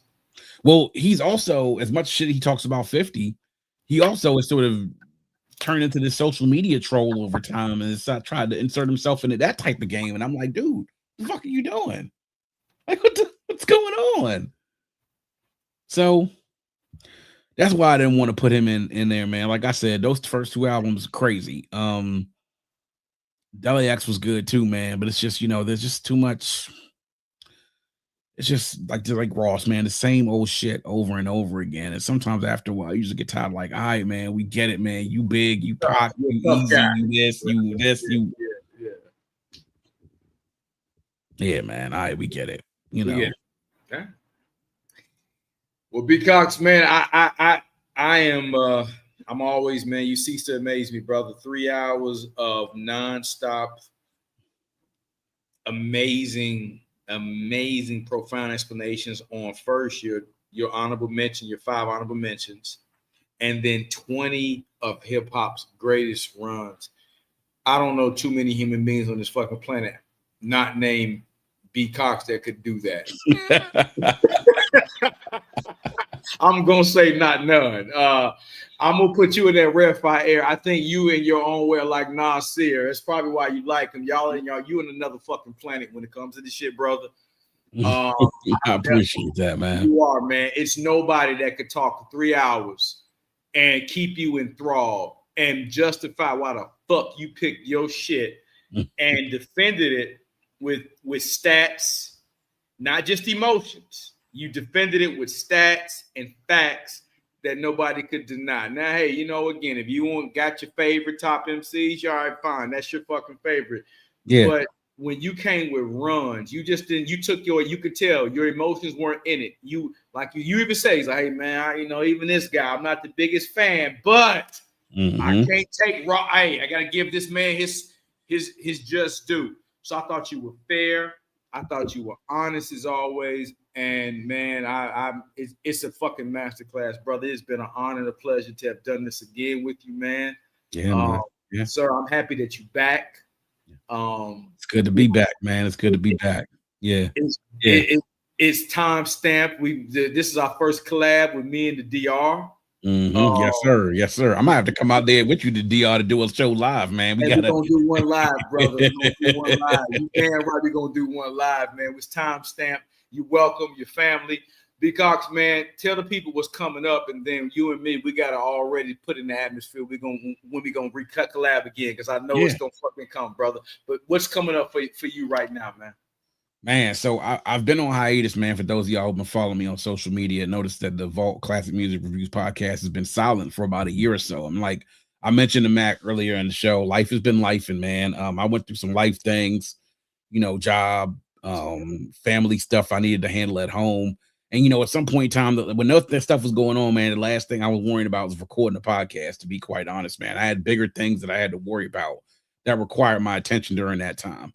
But in these last few months, as those things have stabilized, my wife even told me, she said, babe, you got to start recording again. And I was like, you know what, you're right. And I've had people coming and telling me like, hey man, you got to start recording again, man. We need you back in the saddle.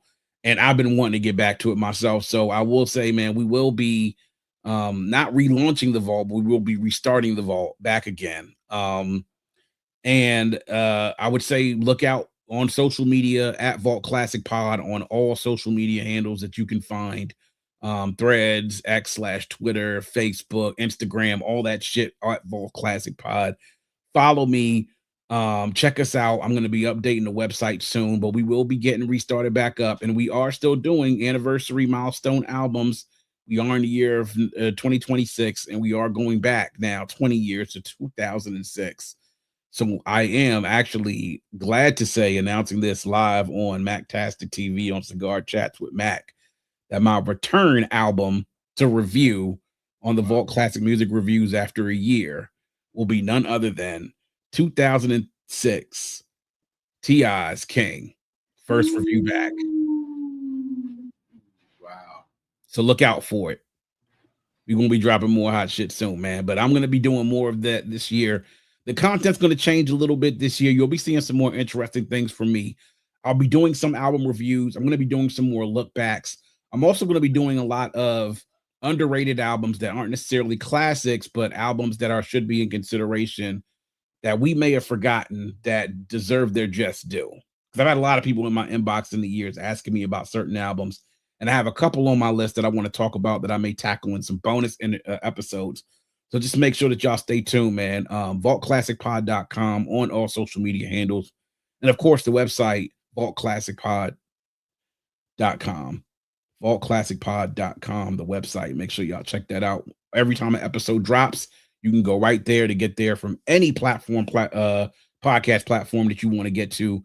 Wherever you listen, you can get to it right from there, man. But just make sure y'all stay tuned, man. Your boy's coming back, and I'm coming back with the vengeance. So y'all already know what it is.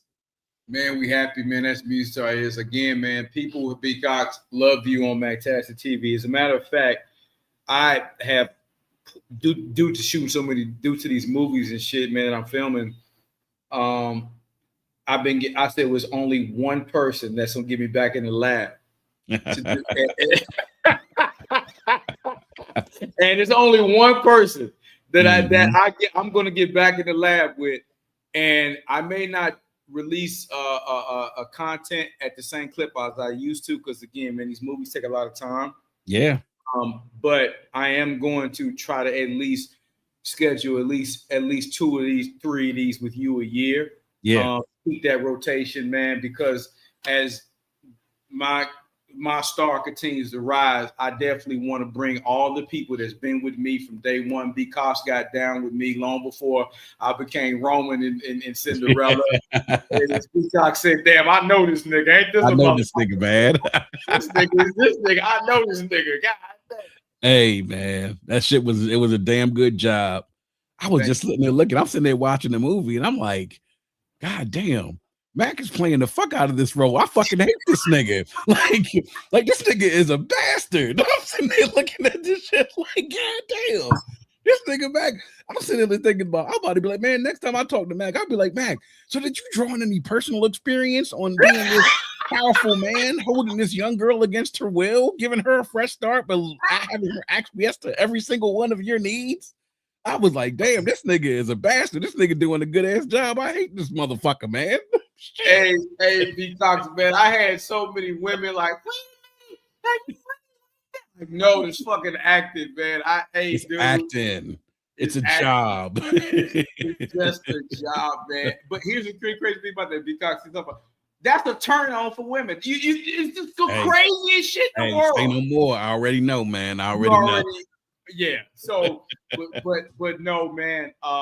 Man, I was always, my sister Tammy, man, we always be laughing and joking, man. And she, she's very proud of the projects, man, of the Cinderella movie. She's like, God, I pulled from Chicago. Growing up there, a lot of Romans. I already know. Yeah, I know. A lot of Romans. All the hustlers and all the players. Yes, sir. All the players, man. So it was an easy thing to embody that, because I grew up with them guys and dealt with them and had to fight them to survive. So, but no, man, as my star continues to shine, I want to continue to, man, bring you with me, and we're gonna continue to do this. I don't give a fuck if when I do a movie with Will Smith. All right, Will, I'm about to go record me and my man B.Cox. We're going, so we locked in forever, man.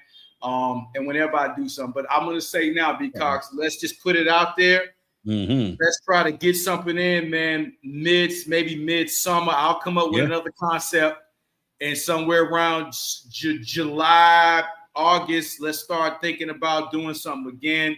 Yeah, and we'll be communicating, brother. But it is a pleasure, and an honor to have you, man.